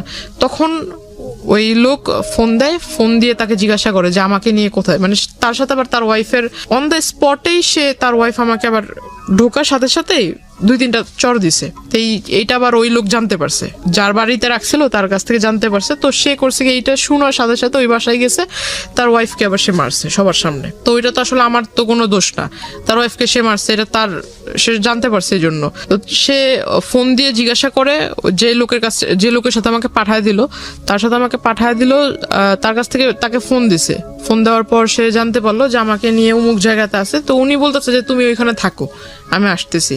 উনি আসার পর আমাকে ওনার সাথে করে বললো যে তোমার বাড়িতে নিয়ে যাও, আমি আইসা তোমার যা ওর থাকার খরচ যা লাগে আমি এগুলো দিব। কে বলেছে এটা? মানে ওই যে ওই লোক, উনি আমার ওনার সাথে ওনার বাড়িতে পাঠালো। তো ওনার ওয়াইফের বাড়িতে পাঠালো? হ্যাঁ, ওনার ওয়াইফের বাসায় ছোট্ট একটা ঘরের ভিতরে মানে তারা থাকে। এখন তাদের হাজবেন্ড ওয়াইফের মাঝখানে আমি কিভাবে থাকবো? ছোট্ট একটা ঘর, এই ঘরের ভিতরে মানে তাকে আমি বলতেছি ভাই দেখেন আপনি আমাকে দয়া করে আমার বাসায় পৌঁছায় দেওয়ার ব্যবস্থা করেন, আমাকে বাসায় পৌঁছায় দেন। আর আপনি তো এই সমস্ত ঘটনা নিজেও দেখতেছেন, আপনি যেহেতু বোন বলে ডাকছেন আমাকে বাড়িতে দেন, আমি খুব উপকৃত হব। মানে যে লোকটার মাধ্যমে পাঠাচ্ছে ওই লোকটার সাথে আপনার কথোপকথন? হ্যাঁ, এই কথা বলার পর সে আমাকে বলতেছে যে না এখন আমি যদি আপনারে দেই তাহলে তো আমার নামে আবার কেস করে দিবে, উনি লিডার যে মানে রাগী লোক, আমি আপনাকে দিব এই কথা জানতে পারলে আমার নামে কেস করে দিবে। তারপর ওইখান থেকে আমাকে তার সাথে তাদের বগুড়াতে নিয়ে যায় তার ওয়াইফের মানে তার শ্বশুর বাড়িতে। শ্বশুর বাড়ি মানে উনি আমাকে বলতেছে যে বোন দেখো, তোমাকে যদি এখন আমি তোমার বাড়িতে দিয়ে আসতে যাই তাহলে আমার নামে তো সে কেস করে দিবে, তো আমি আসলে কোনো যাও খেটে খাচ্ছি তাও খেটে খেতে পারবো না। মানে আপনাকে সেভ করতে সে তার বাড়িতে নিয়ে যায়? হ্যাঁ, তার এবং শ্বশুর বাড়ি- বাড়িতে নিয়ে যায়, তার ওয়াইফের সাথে, মানে সে সহ তার ওয়াইফ, আচ্ছা। তাদের দুজনের সাথে আমাকে তাদের শ্বশুর বাড়িতে নিয়ে যায় বগুড়াতে। আপনি কি ইন দ্য মিনটাইম আপনার ফ্যামিলির সঙ্গে যোগাযোগ করতে পেরেছিলেন? কল করেছিলাম কিন্তু সেটা বলে দিছে, ওই ওনার ওয়াইফ বলে আপনার দিছে। ফ্যামিলির সঙ্গে কথা হয়েছে আপনার মার কথা সঙ্গে? হয়নি, কল করেছিলাম, কল রিসিভ করেনি, ওকে। আননোন নাম্বার দেখে কল রিসিভ করেনি। তো কিন্তু এটা আবার অলরেডি আপনাকে যে চিন্তাই করেছে বা যে অপহরণ হ্যাঁ, করেছে ওটা সে উনি আবার ইনফর্ম হয়ে জেনে গেছে। গেছে। ওকে, তারপর? জেনে গেছে। তারপর ওই বগুড়া থেকে সে হয়তো কোনো কিছু একটা ভেবেছে ওইখানে সেফ না, বা আমাকে রাখলে সে ধরা খায় যাবে। আর এই মাঝখানে সে জানতে পেরে গেছে তাকে অনেক সাংবাদিক টাংবাদিক বা পুলিশের লোক সোর্স টোর্স তাকে ফোন করেছে, এটা সে জানতে পেরেছে। আর সে হয়তো কিছুটা ধারণা করতে পেরেছে যে পুলিশ তাকে খুঁজছে, এরকম কিছু। মানে সামহাও আপনার ফ্যামিলি থেকে স্টেপ নিয়েছে ইতিমধ্যে? ওকে। আমাকে বগুড়া থেকে ওই রাতের মানে যেদিন গেলাম বগুড়াতে আমাকে নিয়ে গেল সেদিনই ভোরবেলা, মানে সন্ধ্যাবেলা এখান থেকে গেল, ওইখানে যায় পৌঁছেছি রাতের মেবি 2টার দিকে বা 2:30টার দিকে। ভোরবেলা সে আমাকে ওইখানে চলে গেছে আনার জন্য। সে আনবে, এটা কিন্তু 5 দিনের ঘটনা।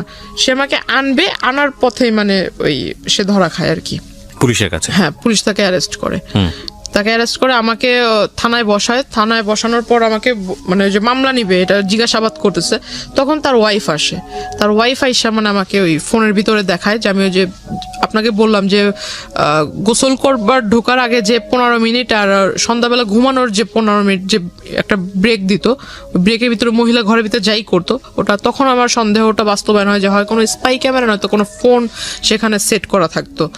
আর সেই গোসল করার ভিডিও প্লাস আমি যে ঘুমাতাম, তো ঘুমের সময় মানুষ কোন টাইপের হয়ে যায় এটা তো কোনভাবে ঘুমায় এটা তো বলা মুশকিল। তো আসলে এই সমস্ত কিছু, ইভেন আমি ঘরে বসে যে আমার ফ্যামিলির কথা মানে একা একা কথা বলতাম, সে সমস্ত কিছু ফোনের ভিতরে রেকর্ড হয়ে আছে। তো এই সমস্ত কিছু আমাকে তার ওয়াইফ দেখায়, থানার ভিতরে আসে, আইসা আমাকে দেখালো। দেখানোর পর সে আমাকে আবার তার বাচ্চা 2টা বাচ্চা আমাকে বলতেছে, তুই যদি আমার বাচ্চাদের দিকে তাকায় আমার বাচ্চার বাবাকে যদি সেভ না করিস, আমার বাচ্চা বাবা যদি জেলে চলে যায় তাহলে তোর জীবন শেষ। মানে এগুলো আমি পুরো একদম নেটের ওয়ার্ল্ডে ছেড়ে দিব। এটা ওর ওয়াইফ বলে? হ্যাঁ, ওনার ওয়াইফ বলে। তো এটা আমাকে প্রায় মানে বারবার বলতেছে। আমি ভিডিওটার এই কোশ্চেনটা যদিও কোশ্চেনটা প্রাসঙ্গিক, কিন্তু অনেকেই মাইন্ড করতে পারেন, তারপর আমি করছি কেন করছি সেটা আমি একটু পরে বলবো। সেটা হলো, এগুলো কি সলো ভিডিও ছিল, শুধু ওয়াশরুমের ভিডিও ছিল, নাকি ওই ভদ্রলোক যখন আপনাকে স্লিপিং পিলগুলো খাইয়েছে তারপরে উনি আপনার সঙ্গে কি করেছে না করেছে সেগুলো ভিডিও করেছে? না না, ওইরকম না, শুধু গোসল করার ভিডিওগুলো ছিল।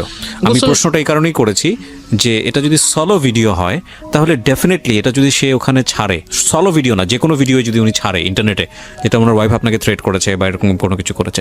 আচ্ছা, আপনি আজকালকার যুগের একটা মেয়ে, আমি প্রশ্নটা মানে একটু রাগেই করছি আপনাকে, আপনি কি জানেন না বাংলাদেশে সাইবার ক্রাইম নামে একটা আইন আছে?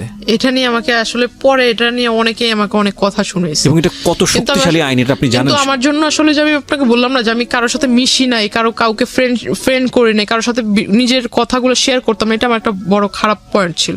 পৃথিবীতে কারো মানে বাংলাদেশে কারো বাবারও সাধ্য নাই, যদি কথাটা এভাবে বলাটা উচিত না, যে কোনো মেয়ের বা কারো কোনো পার্সোনাল ইস্যু ভিডিও করে সেটা ইন্টারনেটে ছেড়েছে এবং তারপরে যে ভিকটিম হয়েছে সে যদি খালি মামলা করে এবং সে যদি কোনো আইনি স্টেপ নাই, এটা কারো মানে বললাম তো, এটা মানে কারোর সাধ্য নাই যে সেটাকে তার হাত থেকে বাঁচায়। কারণ অনেকেই মনে করে যে আমি অন্য কারো আইডি থেকে ছাড়বো, অন্য কারো ইয়ে থেকে ছাড়বো।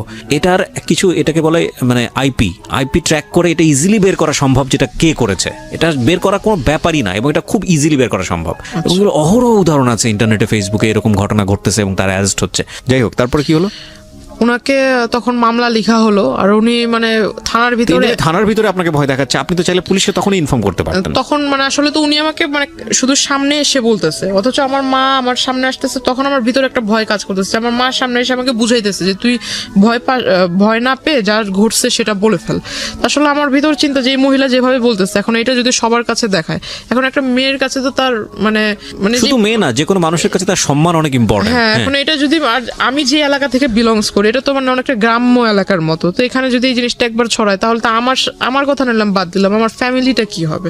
আর আমার মা তো এত বছর ধরে নানুর বাসায় আছে, আমার বাবার বাসায় থাকলে একটা আরেক কথা। ইনস্ট্যান্টলি আপনার জবানবন্দি নিয়েছে? ওই সময় আপনার জবানবন্দি নিয়েছে না পরে নিয়েছে? মানে যে কোর্টে যে নেয়, কোর্টে তো অনেক পরের বিষয়। থানাতে কি হয়েছে আপনি সেটা বলেন? থানাতে মামলা হয়।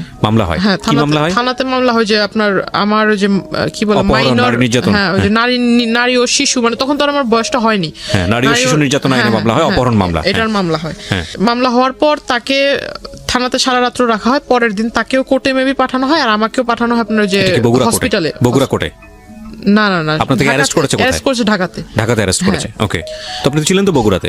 বগুড়া থেকে সে যখন ঢাকায় নিয়ে আসছে ওই দিনই নামার পরে হ্যাঁ, ঢাকাতে ল্যান্ড করার পরে? হ্যাঁ। ওকে, ল্যান্ড তো না, ঢাকাতে আসলে আসার পরে। হ্যাঁ, তো আমাকে মানে কোর্টে নিয়ে যায়, কোর্টে যে ডক্টরের যে চেক আপ গুলো থাকে ওখানে থাকে। তো ডক্টর আমাকে, মহিলা ডক্টর বলতেছে যেটা যেটা ঘটেছে সেটা বলবেন। এখন মহিলারা তো আমি আর বলতে পারি না যে আমার এই, মানে আমি তো নিজেই কনফিউজ যে আমাকে আদৌ কোনো ট্যাবলেট খাওয়াইছে কিনা, আদৌ আমাকে কোনো মানে কিছু খাওয়াইছে কিনা। এখন আমি বলতেছি যে না আসলে ওরকম কিছু না। আমার ভয়টা ছিল যে ওনার ওয়াইফ যদি কিছু একটা করে ফেলে, আমাকে যেভাবে বলতেছিল, আর ওনার ওয়াইফের পয়েন্টটা ব্যবহারটা। খেয়াল করবেন প্রিয় দর্শক এবং শ্রোতা, একটা যেটা হচ্ছে মামলা কিন্তু হয়েছে অপহরণ, নারী নির্যাতন মামলা। ওখানে কিন্তু ওই মামলা কিন্তু তিনি অ্যারেস্ট, কিন্তু মামলা যেইটার উপরে বেসিস করে মামলার গতিবিধি যাবে সেটা হলো এই মেডিকেল রিপোর্টটা। এটা খুব ইম্পর্টেন্ট। এবং হ্যাঁ, মেডিকেল রিপোর্টটাতে যেটা আসতেছে সেটা খুবই ইম্পর্টেন্ট। পাশাপাশি পারিপার্শ্বিকভাবে অনেক বিষয় লজিক্যাল ব্যাপার আছে যে না ঠিক আছে, তাহলে ওনাকে তুলে নিয়ে গেল কেন বা এরকম কেন করলো, হ্যাঁ সেগুলোও আছে, কিন্তু মেডিকেল রিপোর্টটা খুব খুব খুবই ইম্পর্টেন্ট। সেখানে কি হয়েছে দেখেন, বলেন তারপর। আমি আসলে ওনার ওয়াইফের কথা চিন্তা করে আমি ভাবলাম যে যেহেতু আমি ওর সামনে ম্যাজিস্ট্রেট আমাদের পরিচিত ম্যাজিস্ট্রেট, কিন্তু ম্যাজিস্ট্রেট আমার কথা শুনে সে খুব রাগান্বিত হয়ে যায়। আমি যখন বলি সেও খুব রেগে যায় যে যেটা ঘটতেছে তুমি সেটা বলতেছো না কেন, তুমি অন্যভাবে কথা বলছো কেন। তো আমি এটা করলাম, করার পর মানে এখান থেকে তাহলে আমাকে তখন ওই একটা পুলিশ, মানে যে মহিলাটা আমাকে, মহিলা কনস্টেবল যে নিয়ে গেছিল, সে আমাকে বলতেছে তুমি যে এই কাজটা করলে এখন এই লোকটা তো বেঁচে গেল, তোমার এই জবানবন্দির উপরে বেঁচে গেল। ওই জবানবন্দির উপরে যে সে আসলে জামিন পেয়ে যাবে, আমি ভাবছিলাম যে মানে যেটা হয়েছে আসলে ভালো তো হয়নি, কিন্তু আমারও তো হাত পা বাঁধার মতোই। মানে অন্য সবাই চিন্তা করতেছে যেটা হয়েছে, মানে তুমি মরে গেছো আবার মরার চিন্তা করতেছো কেন, সবাই আমাকে এইভাবে বলতেছে। তা আমার কথা হইতেছে যে বাবা যখন দেখবে, মা যখন দেখবে এই বিষয়টা, তখন কি ভাববে।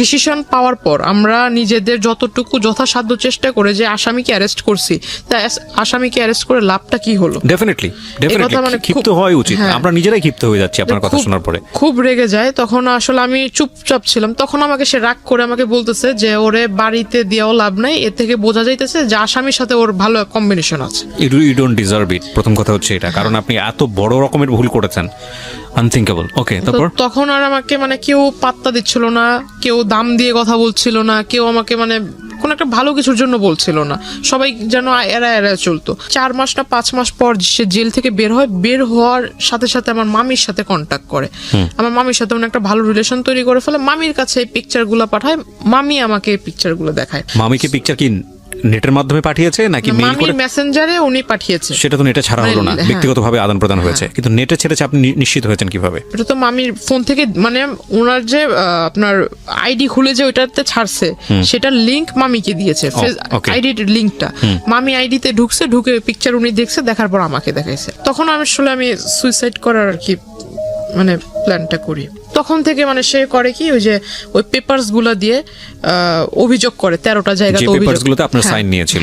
অভিযোগ করার পর আস্তে আস্তে মানে ওই যে আপনার বাড়িতে র্যাব, তারপর পুলিশ, ডিবির লোক দিনে 3-4 বার করে এসে পেপারগুলো আমি আমার বাড়ির লোকের হয়ে অভিযোগ করেছি যে আমার বাড়ির লোকগুলা মাদক ব্যবসার সাথে জড়িত, প্লাস আমার সাথেও বাজে কাজ করায়, আমাকে ফোর্স করে। ও কি চাচ্ছিল, মানে যে লোকটা আপনাকে এভাবে জোর করে নিয়ে সংসার করবে, সামহাও আপনাকে লাইফ লাগবে, যেহেতু এত কিছু হয়ে গেছে, এবং সে প্ল্যান ছিল আর কি। ওকে, তারপরে কিডন্যাপ করলো আপনার বোনকে। আমার বোনকে কিডন্যাপ করার পর আমার বোনকে নেওয়ার সাথে সাথে আপনার খুব মানে আমাদেরকে তো কল দিচ্ছে, আমাকে কল দিচ্ছে বারবার, যে বলতেছে যে তুই যদি না আসিস তাহলে তোর বোনকে আর দেখতে পারবি না। বোনটা তখন 2 বছর, মানে 2 বছর বেবি কত ছোট, তো ওকে আসলে খুব মারতেছিল, সেটা আমিও শুনতেছিলাম। ফোন লাউডে ছিল, প্লাস এটা আসলে ওই ট্র্যাক করা হচ্ছিল, প্রশাসনের লোক ট্র্যাক করতেছিল যে যা যা কথা হচ্ছিল। তো আমার বোনকেও চর দিছে, আমার বোনকে নিচে ফেলে আমার বোনের মাথার উপরও বুট জুতো দিয়ে, মানে কি বলো ওটাকে, মানে চাপ দিচ্ছিল। আমি প্রিয় দর্শক এবং শ্রোতা, এই পার্টটাতে ওনার যে ছোট বোন এবং ওনার মা দুজনই স্টুডিওর বাইরে আছে, আমরা দুজনকে এখানে হাজির করছি, এবং ভিডিও পার্টে আমরা ওনার বোনের ফেসটা আমরা দেখাবো না, এবং যেহেতু ওনার অপ্রাপ্তবয়স্ক, আমরা একটু নিয়ে আসতে চাই, আমরা একটু ওনাদের কাছেও জিজ্ঞাসাবাদ করতে চাই আসলে কি, বিশেষ করে ওনার ছোট বোনকে জিজ্ঞাসাবাদ করতে চাই। কি নাম তোমার? হীরা। আচ্ছা, হীরার বয়স হচ্ছে 4 বছর। ওকে যখন এটা করা হয়েছিল তখন 2 বছর বয়স আপনি বলছিলেন, তাহলে তোর মনে থাকার কথা না, তারপরেও আমি টুকটাক না, ওর একটা আমাদের একটা প্লাস পয়েন্ট ছিল, আমাদের জন্য না, এটা প্রশাসনের জন্য প্লাস পয়েন্ট ছিল, যে প্রশাসন ওকে উদ্ধার করে। সেই প্রশাসনের কাছে ও যখন উদ্ধার করছে, ওই অন দ্য স্পটে আসামিকে অ্যারেস্ট করার সাথে সাথে মানে ও কিন্তু ওকে যখন জিজ্ঞাসা করছে বাবু তোমার সাথে কি করছে, সব বলে তখন দিছে। মানে ও সমস্ত কিছু না, বলে সেটা তো আমি মামলার চার্জশিটে মামলা যেটা হয়েছে আমি সেখানে দেখলাম, নিজের মুখে বলছে। হ্যাঁ মামলাতে সেটা আমাদের জন্য কাগজপত্র একটা আছে, plus point। দেখে আমি কিছু পাই নাকি। তোমার কি মনে আছে হীরা যে 2 বছর আগে কি হয়েছিল, কে তোমাকে কোথায় নিয়ে গিয়েছিল মনে আছে? কোরআন দিছিল মানে ঘুরাইছে, পা ধরে ঘুরাইছে। ও পা ধরে ঘুরিয়েছে, চিন্তা তুমি লোকটাকে? কানা হ্যাঁ ওর নাম আর কি, ও কানা বলে আর কি। কানা, বলে। কানা বলো তুমি ওকে? আচ্ছা, তো কোথা থেকে নিয়ে গিয়েছিল তোমাকে? আমি খেলতেছিলাম, তারপরে আমার নিয়ে দিছিল, তোমাকে নিয়ে গিয়েছিল কি বলে নিয়ে গিয়েছিল? কইছে কি আমারে মারবো, মারবে তোমাকে, ধরে নিয়ে গেছিল। কি কি করেছে তোমাকে ঘুরিয়েছে, আর কি করেছে তোমার সাথে? পাউদে কোরআন দিছে, থাপ্পড় মারছে। থাপ্পড় মারছে? ওহো, তারপরে তুমি বাসায় আসলা কিভাবে? পাশে আমার নানা আইনা দিছে। আচ্ছা, কিভাবে উদ্ধার হয়েছিল আমাকে একটু বলেন তো, আপনি আচ্ছা, বলেন। যে ওকে মানে আমাকে ওই লোক বলছিল যে তোর বোনকে যে আমি যে নিয়ে আসছি, যেভাবে নিয়ে আসছি, যে মাধ্যমে নিয়ে আসছি, এখন ওর মুক্তিপণ হিসেবে যেটা চাই সেটা হলো তুই। না, আমি বুঝতে পেরেছি, আমি রেজাল্ট জানতে চাচ্ছি। তো আপনি তাহলে কি করলেন? ওনার কথায় কনভিন্স হয়েছে না? হ্যাঁ, আমার কথা শুনে আমার মনে হলো যে যেহেতু আমার কারণে সে এত কিছু করতেছে, আর আমাকে পাওয়ার পর যদি সে আসলে এগুলো না করে, এগুলো থেকে যদি বিরত থাকে, তাহলে আমি আমার বোন এবং মাকে ভালো রাখার জন্য, যাতে আমার কারণে তাদের সমাজের লোকের কাছ থেকে কিছু না শুনতে হয়, আমি এই জন্য এতটুকু স্যাক্রিফাইস করব। যেহেতু আমার লাইফের লেখাপড়ার ইচ্ছা ছিল, লেখাপড়াটা শেষ হয়ে আমি গেছে। কোনো ব্যাখ্যাতে যাচ্ছি না। তারপর আপনি হ্যাঁ, কি করলেন? তারপর আমি আসলে যাই, যান। ওনারা সবাই মিলে বসে একটা স্ট্যাম্পের মাধ্যমে, স্ট্যাম্পে লিখিত হয় যে ও আমাকে এই দিবে সেই দিবে, মানে জমি টমি দিবে, হাবিজাবি লিখে আমাকে ওর হাতে দেয়। এখানে একটা কথা বলে রাখি যারা শ্রোতা এবং দর্শক আছেন, এখানে আমরা খুব সচেতনভাবেই উনি যার সম্পর্কে কথাগুলো বলেছে তার পরিচিতি আমরা রিভিল করিনি, because this is not investigative show. এবং শুধু এটাই না, উনি যাকে মামা বলছেন বা যাদের আশেপাশে যে লোকজনের কথা আছে, they are highly background in our society, very very high background. এখানে আপনি বললে অবাক হয়ে যাবেন যেখানে কারা কারা ওনার সঙ্গে জড়িত। হ্যাঁ, মানে এমন কেউ নাই প্রশাসনের টপ লেভেল থেকে শুরু করে, মানে রাজনীতিবিদ থেকে শুরু করে ওনার আত্মীয় স্বজন, বাট আমরা কারোর পরিচয় রিভিল করিনি। বাট আমি কথাটা এই কারণেই বলছি যে এইরকম একটা ব্যাকগ্রাউন্ডে থাকার পরেও একটা মেয়ে এই পরিমাণ ভিকটিম হতে পারে আমাদের সোসাইটিতে, that is quite unthinkable to me.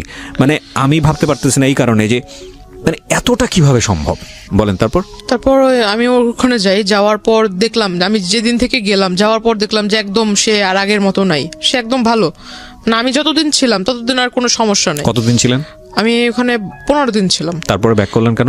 Back করার কারণ হলো, সে 15 দিনের ভিতরে তার সাথে আমার এমনি কোনো গ্যাঞ্জাম হয়নি, শুধু গ্যাঞ্জাম হতো এটাই, সে বারবার আমাকে বলতো যে তোর বাড়িতে কল দে, আমি তোর বাড়ির লোকের সাথে কথা বলবো, তোর বাড়ির লোককে আমাকে মেনে নিবে, আমাকে মেনে নিতে হবে। 65 বছরের একজন বৃদ্ধ মানে লোক, সে বারবার আমাকে এটাই বলতো। এবং আপনি হচ্ছেন তখন 17-18 বছর বয়স। হ্যাঁ, আর আমাকে বারবার এক কথা বলতো যে তোরে যদি আমি না পাই, আমি যেভাবে চাই সেভাবে মোস্ট যদি না পাই।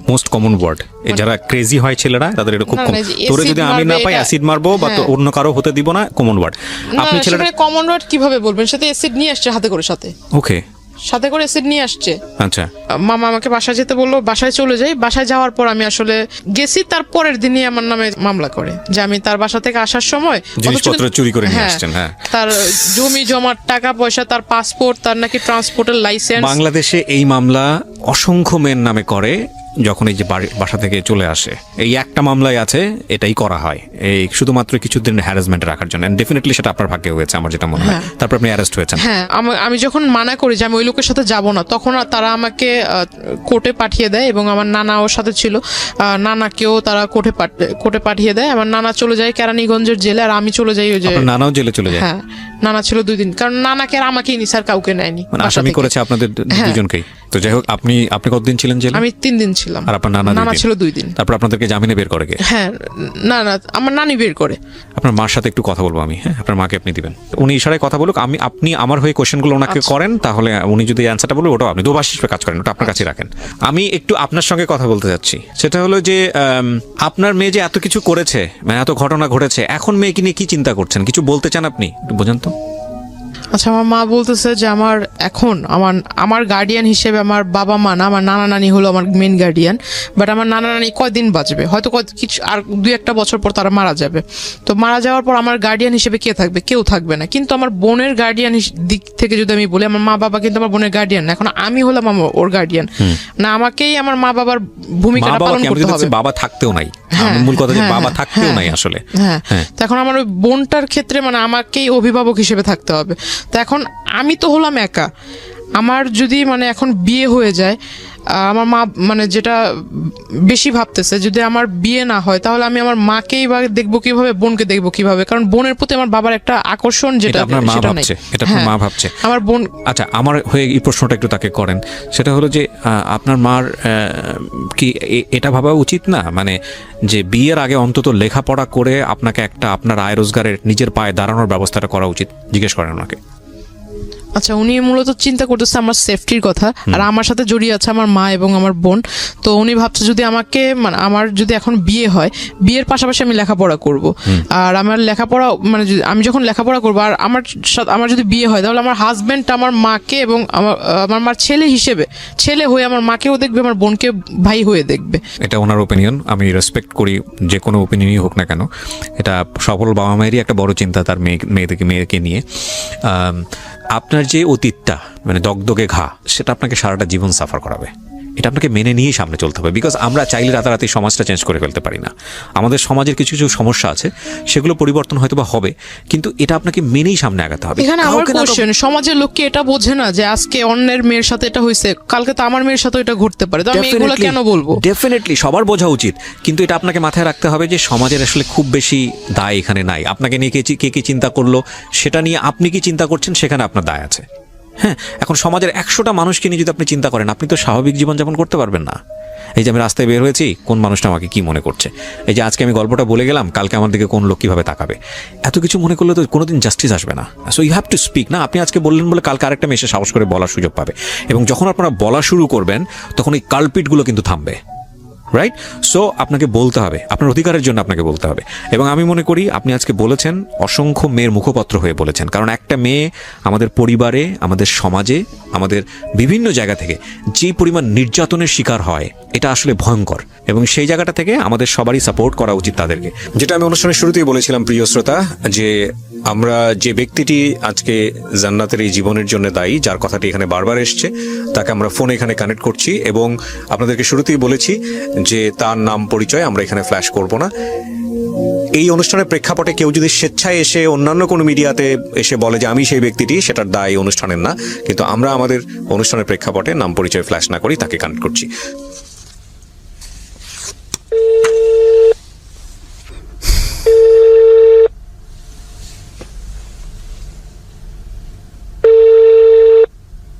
জি, আসসালামু আলাইকুম ভাইজান, কেমন আছেন? ভালো আছেন আপনি? আলহামদুলিল্লাহ। আচ্ছা, আপনার কাছে ফোন দিয়েছি জানার জন্য, সেটা হচ্ছে জান্নাত নামে কোনো মেয়ে কি আপনি চেনেন? হ্যাঁ, চিনি।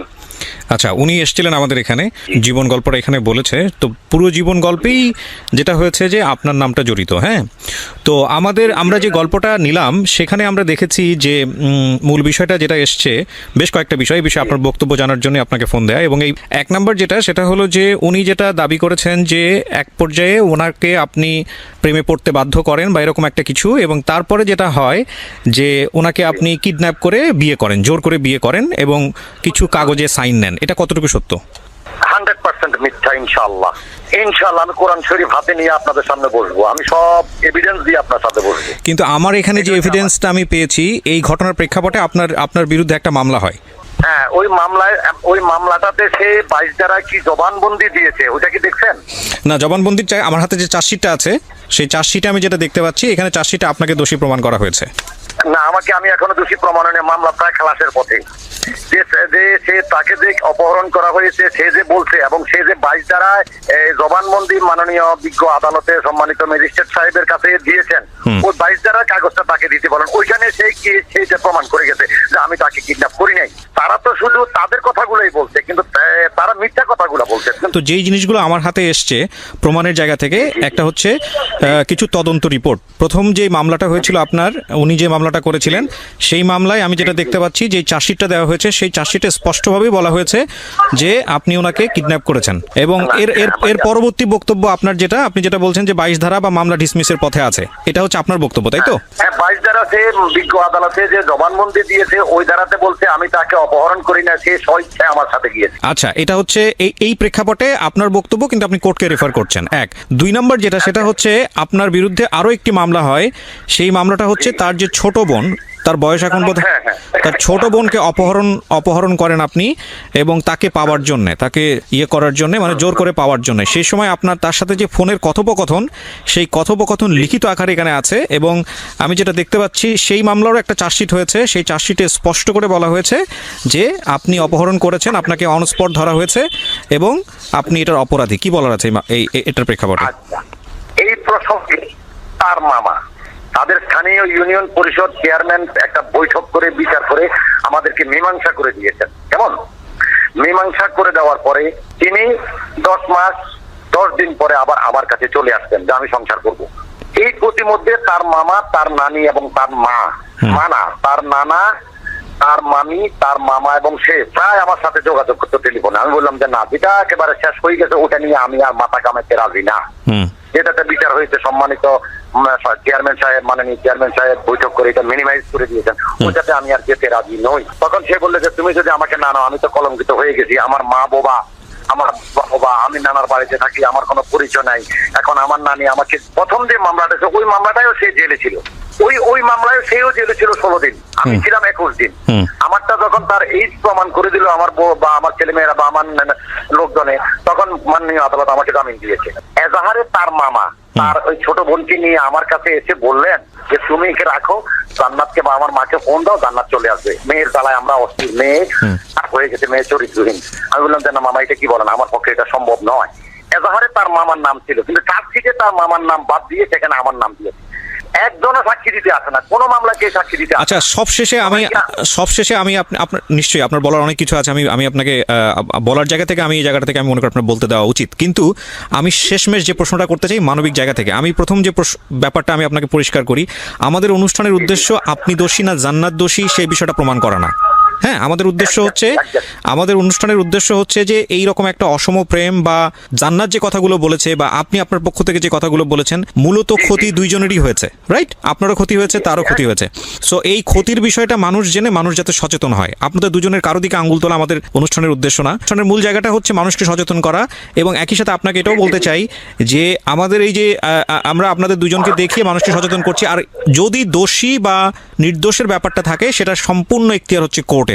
আমরা শুধু কিছু কাগজ পেয়েছি এবং আমরা মনে হয়েছে যে আপনার বক্তব্যটা জানা উচিত, সে অর্থে আপনার বক্তব্যটা জানলাম। এবার আমি আপনাকে কিছু প্রশ্ন করতে চাই। প্রথম কথা হচ্ছে আপনার বয়স, আমি যেটা দেখলাম কাগজে কলমে এখানে 50 বলা হয়েছে, তো হ্যাঁ, তো এই যে 50 বছর বয়স বা যাই বলি না কেন, এইরকম একটা বয়সে থেকে পূর্বে স্ত্রী থাকা অবস্থায়, বাচ্চা থাকা অবস্থায় এরকম একটা আন্ডার এজ মেয়ের সঙ্গে আপনার সম্পর্কে যাওয়ার প্রয়োজনটা কি ছিল? আপনি শুধু এই বিষয়টা বলেন। আমার কোনো প্রয়োজন ছিল না। তার নানি এবং তার নানি যখন যে মামলাটা বিনা দোষে আমাকে এবং তাকে জেলে দিয়েছিল প্রথম মামলাটা, এই মামলার পরিপ্রেক্ষিতে সে জামিন পেয়েছে, আমি জামিন পেয়েছি। জামিন পেয়ে আসার পর সে কার কাছে খবর পেলো আমার জামিন হয়েছে, সে আমাকে টেলিফোনে, আমার ফেসবুকে যাবতীয় টেলিফোন মানে করতে করতে আমাকে অস্থির বানায় ফেলছে যে আমি আপনার কাছে মাপ চাবো, দেখা করবো, এই করবো, সেই করবো, অনেক কথা। তখন আমি আমার বউকে জিজ্ঞাসা করলাম আমি কি যাবো? বলে তোমাকে এত মান সম্মান, তুমি একটা রাজনৈতিক নেতৃত্ব, তোমার জীবন ধ্বংস করে দিও, তুমি আবার তার সাথে কেন দেখা করবা? আমি বললাম না যাই, নো প্রবলেম, অসুবিধা নাই, তুমি কোনো নোটটা চিন্তা করো না, আমার কোনো ওই ধরনের টেন্ডেন্সি নেই। আমি তাকে মেয়ের মতোই জানতাম ভাই, বুঝছেন? আপনি তাকে মেয়ের মতো জানতেন, সে আপনাকে বিয়ে করতে চেয়েছে, এগুলো কি বিশ্বাসযোগ্য? মানে আপনি বলেন, আপনি যদি একটা রাজনীতি ব্যক্তিত্ব হয়ে থাকেন, মানে আমাকে কি দিয়ে ভাই, আমাকে যদি তার ভয়েস রেকর্ড গুলো আপনি শোনেন, আমার কাছে সব আছে তথ্য। ওরা কিন্তু ওদের গুলা দিয়েছে, আমি কিন্তু আমার গুলা এবং ওদের গুলা দুইটা আপনাকে প্রডিউস করবো। আমার লক্ষ লক্ষ টাকা নিয়েছে, তারা জেলও ছিল, তাদের বিরুদ্ধে আমি মামলা করছি, তাদেরকে আমি জেলও খাটাইছি। কিন্তু তার ভয়েস রেকর্ড গুলা, তার চ্যাটিং গুলা, তার ভিডিও সিডি গুলা যদি আপনি দেখেন, তাহলে আমি তাকে দোষী করি না, কিন্তু তার সম্পূর্ণ দোষ হচ্ছে তার নানি। ডেফিনেটলি। সো এই হচ্ছে জান্নাতের জীবন গল্প। আমি শেষ বেলায় এসে খুব ছোট্ট করে যে কথাটি বলতে চাই সেটা হলো যে জান্নাত কতটুকু ভুল করেছে, কিংবা যে ব্যক্তিটি, যিনি 50 ব্যক্তি, জান্নাতের এই জীবনের জন্য দায়ী, যিনি নিজেকে এখনো জান্নাতের স্বামী বলে দাবি করলেন, তিনি কতটুকু ভুল করেছেন সেটা আমাদের আজকের এই অনুষ্ঠানে আঙ্গুল দিয়ে তাদের দুজনকে আঙ্গুল দেয়া বা আঙ্গুল দিয়ে দেখিয়ে দেওয়া আমাদের উদ্দেশ্য নয়। আমরা শুধু বলতে চাই যে জান্নাতের মতো ভুল যেন আপনি না করেন, কিংবা যে ব্যক্তিটি জান্নাতের এই জীবনের জন্য দায়ী বা আদৌ দায়ী কিনা সেটা কোর্ট প্রমাণ করবে, সেই রকম অবস্থায় যেন আপনি না যান, কারণ ক্ষতিটা আসলে দুজনেরই হয়েছে। তো সেই জায়গাটা থেকে সচেতন হওয়াটা খুবই জরুরি। অনেক ভালো থাকবেন, আজকের মতো শুভরাত্রি।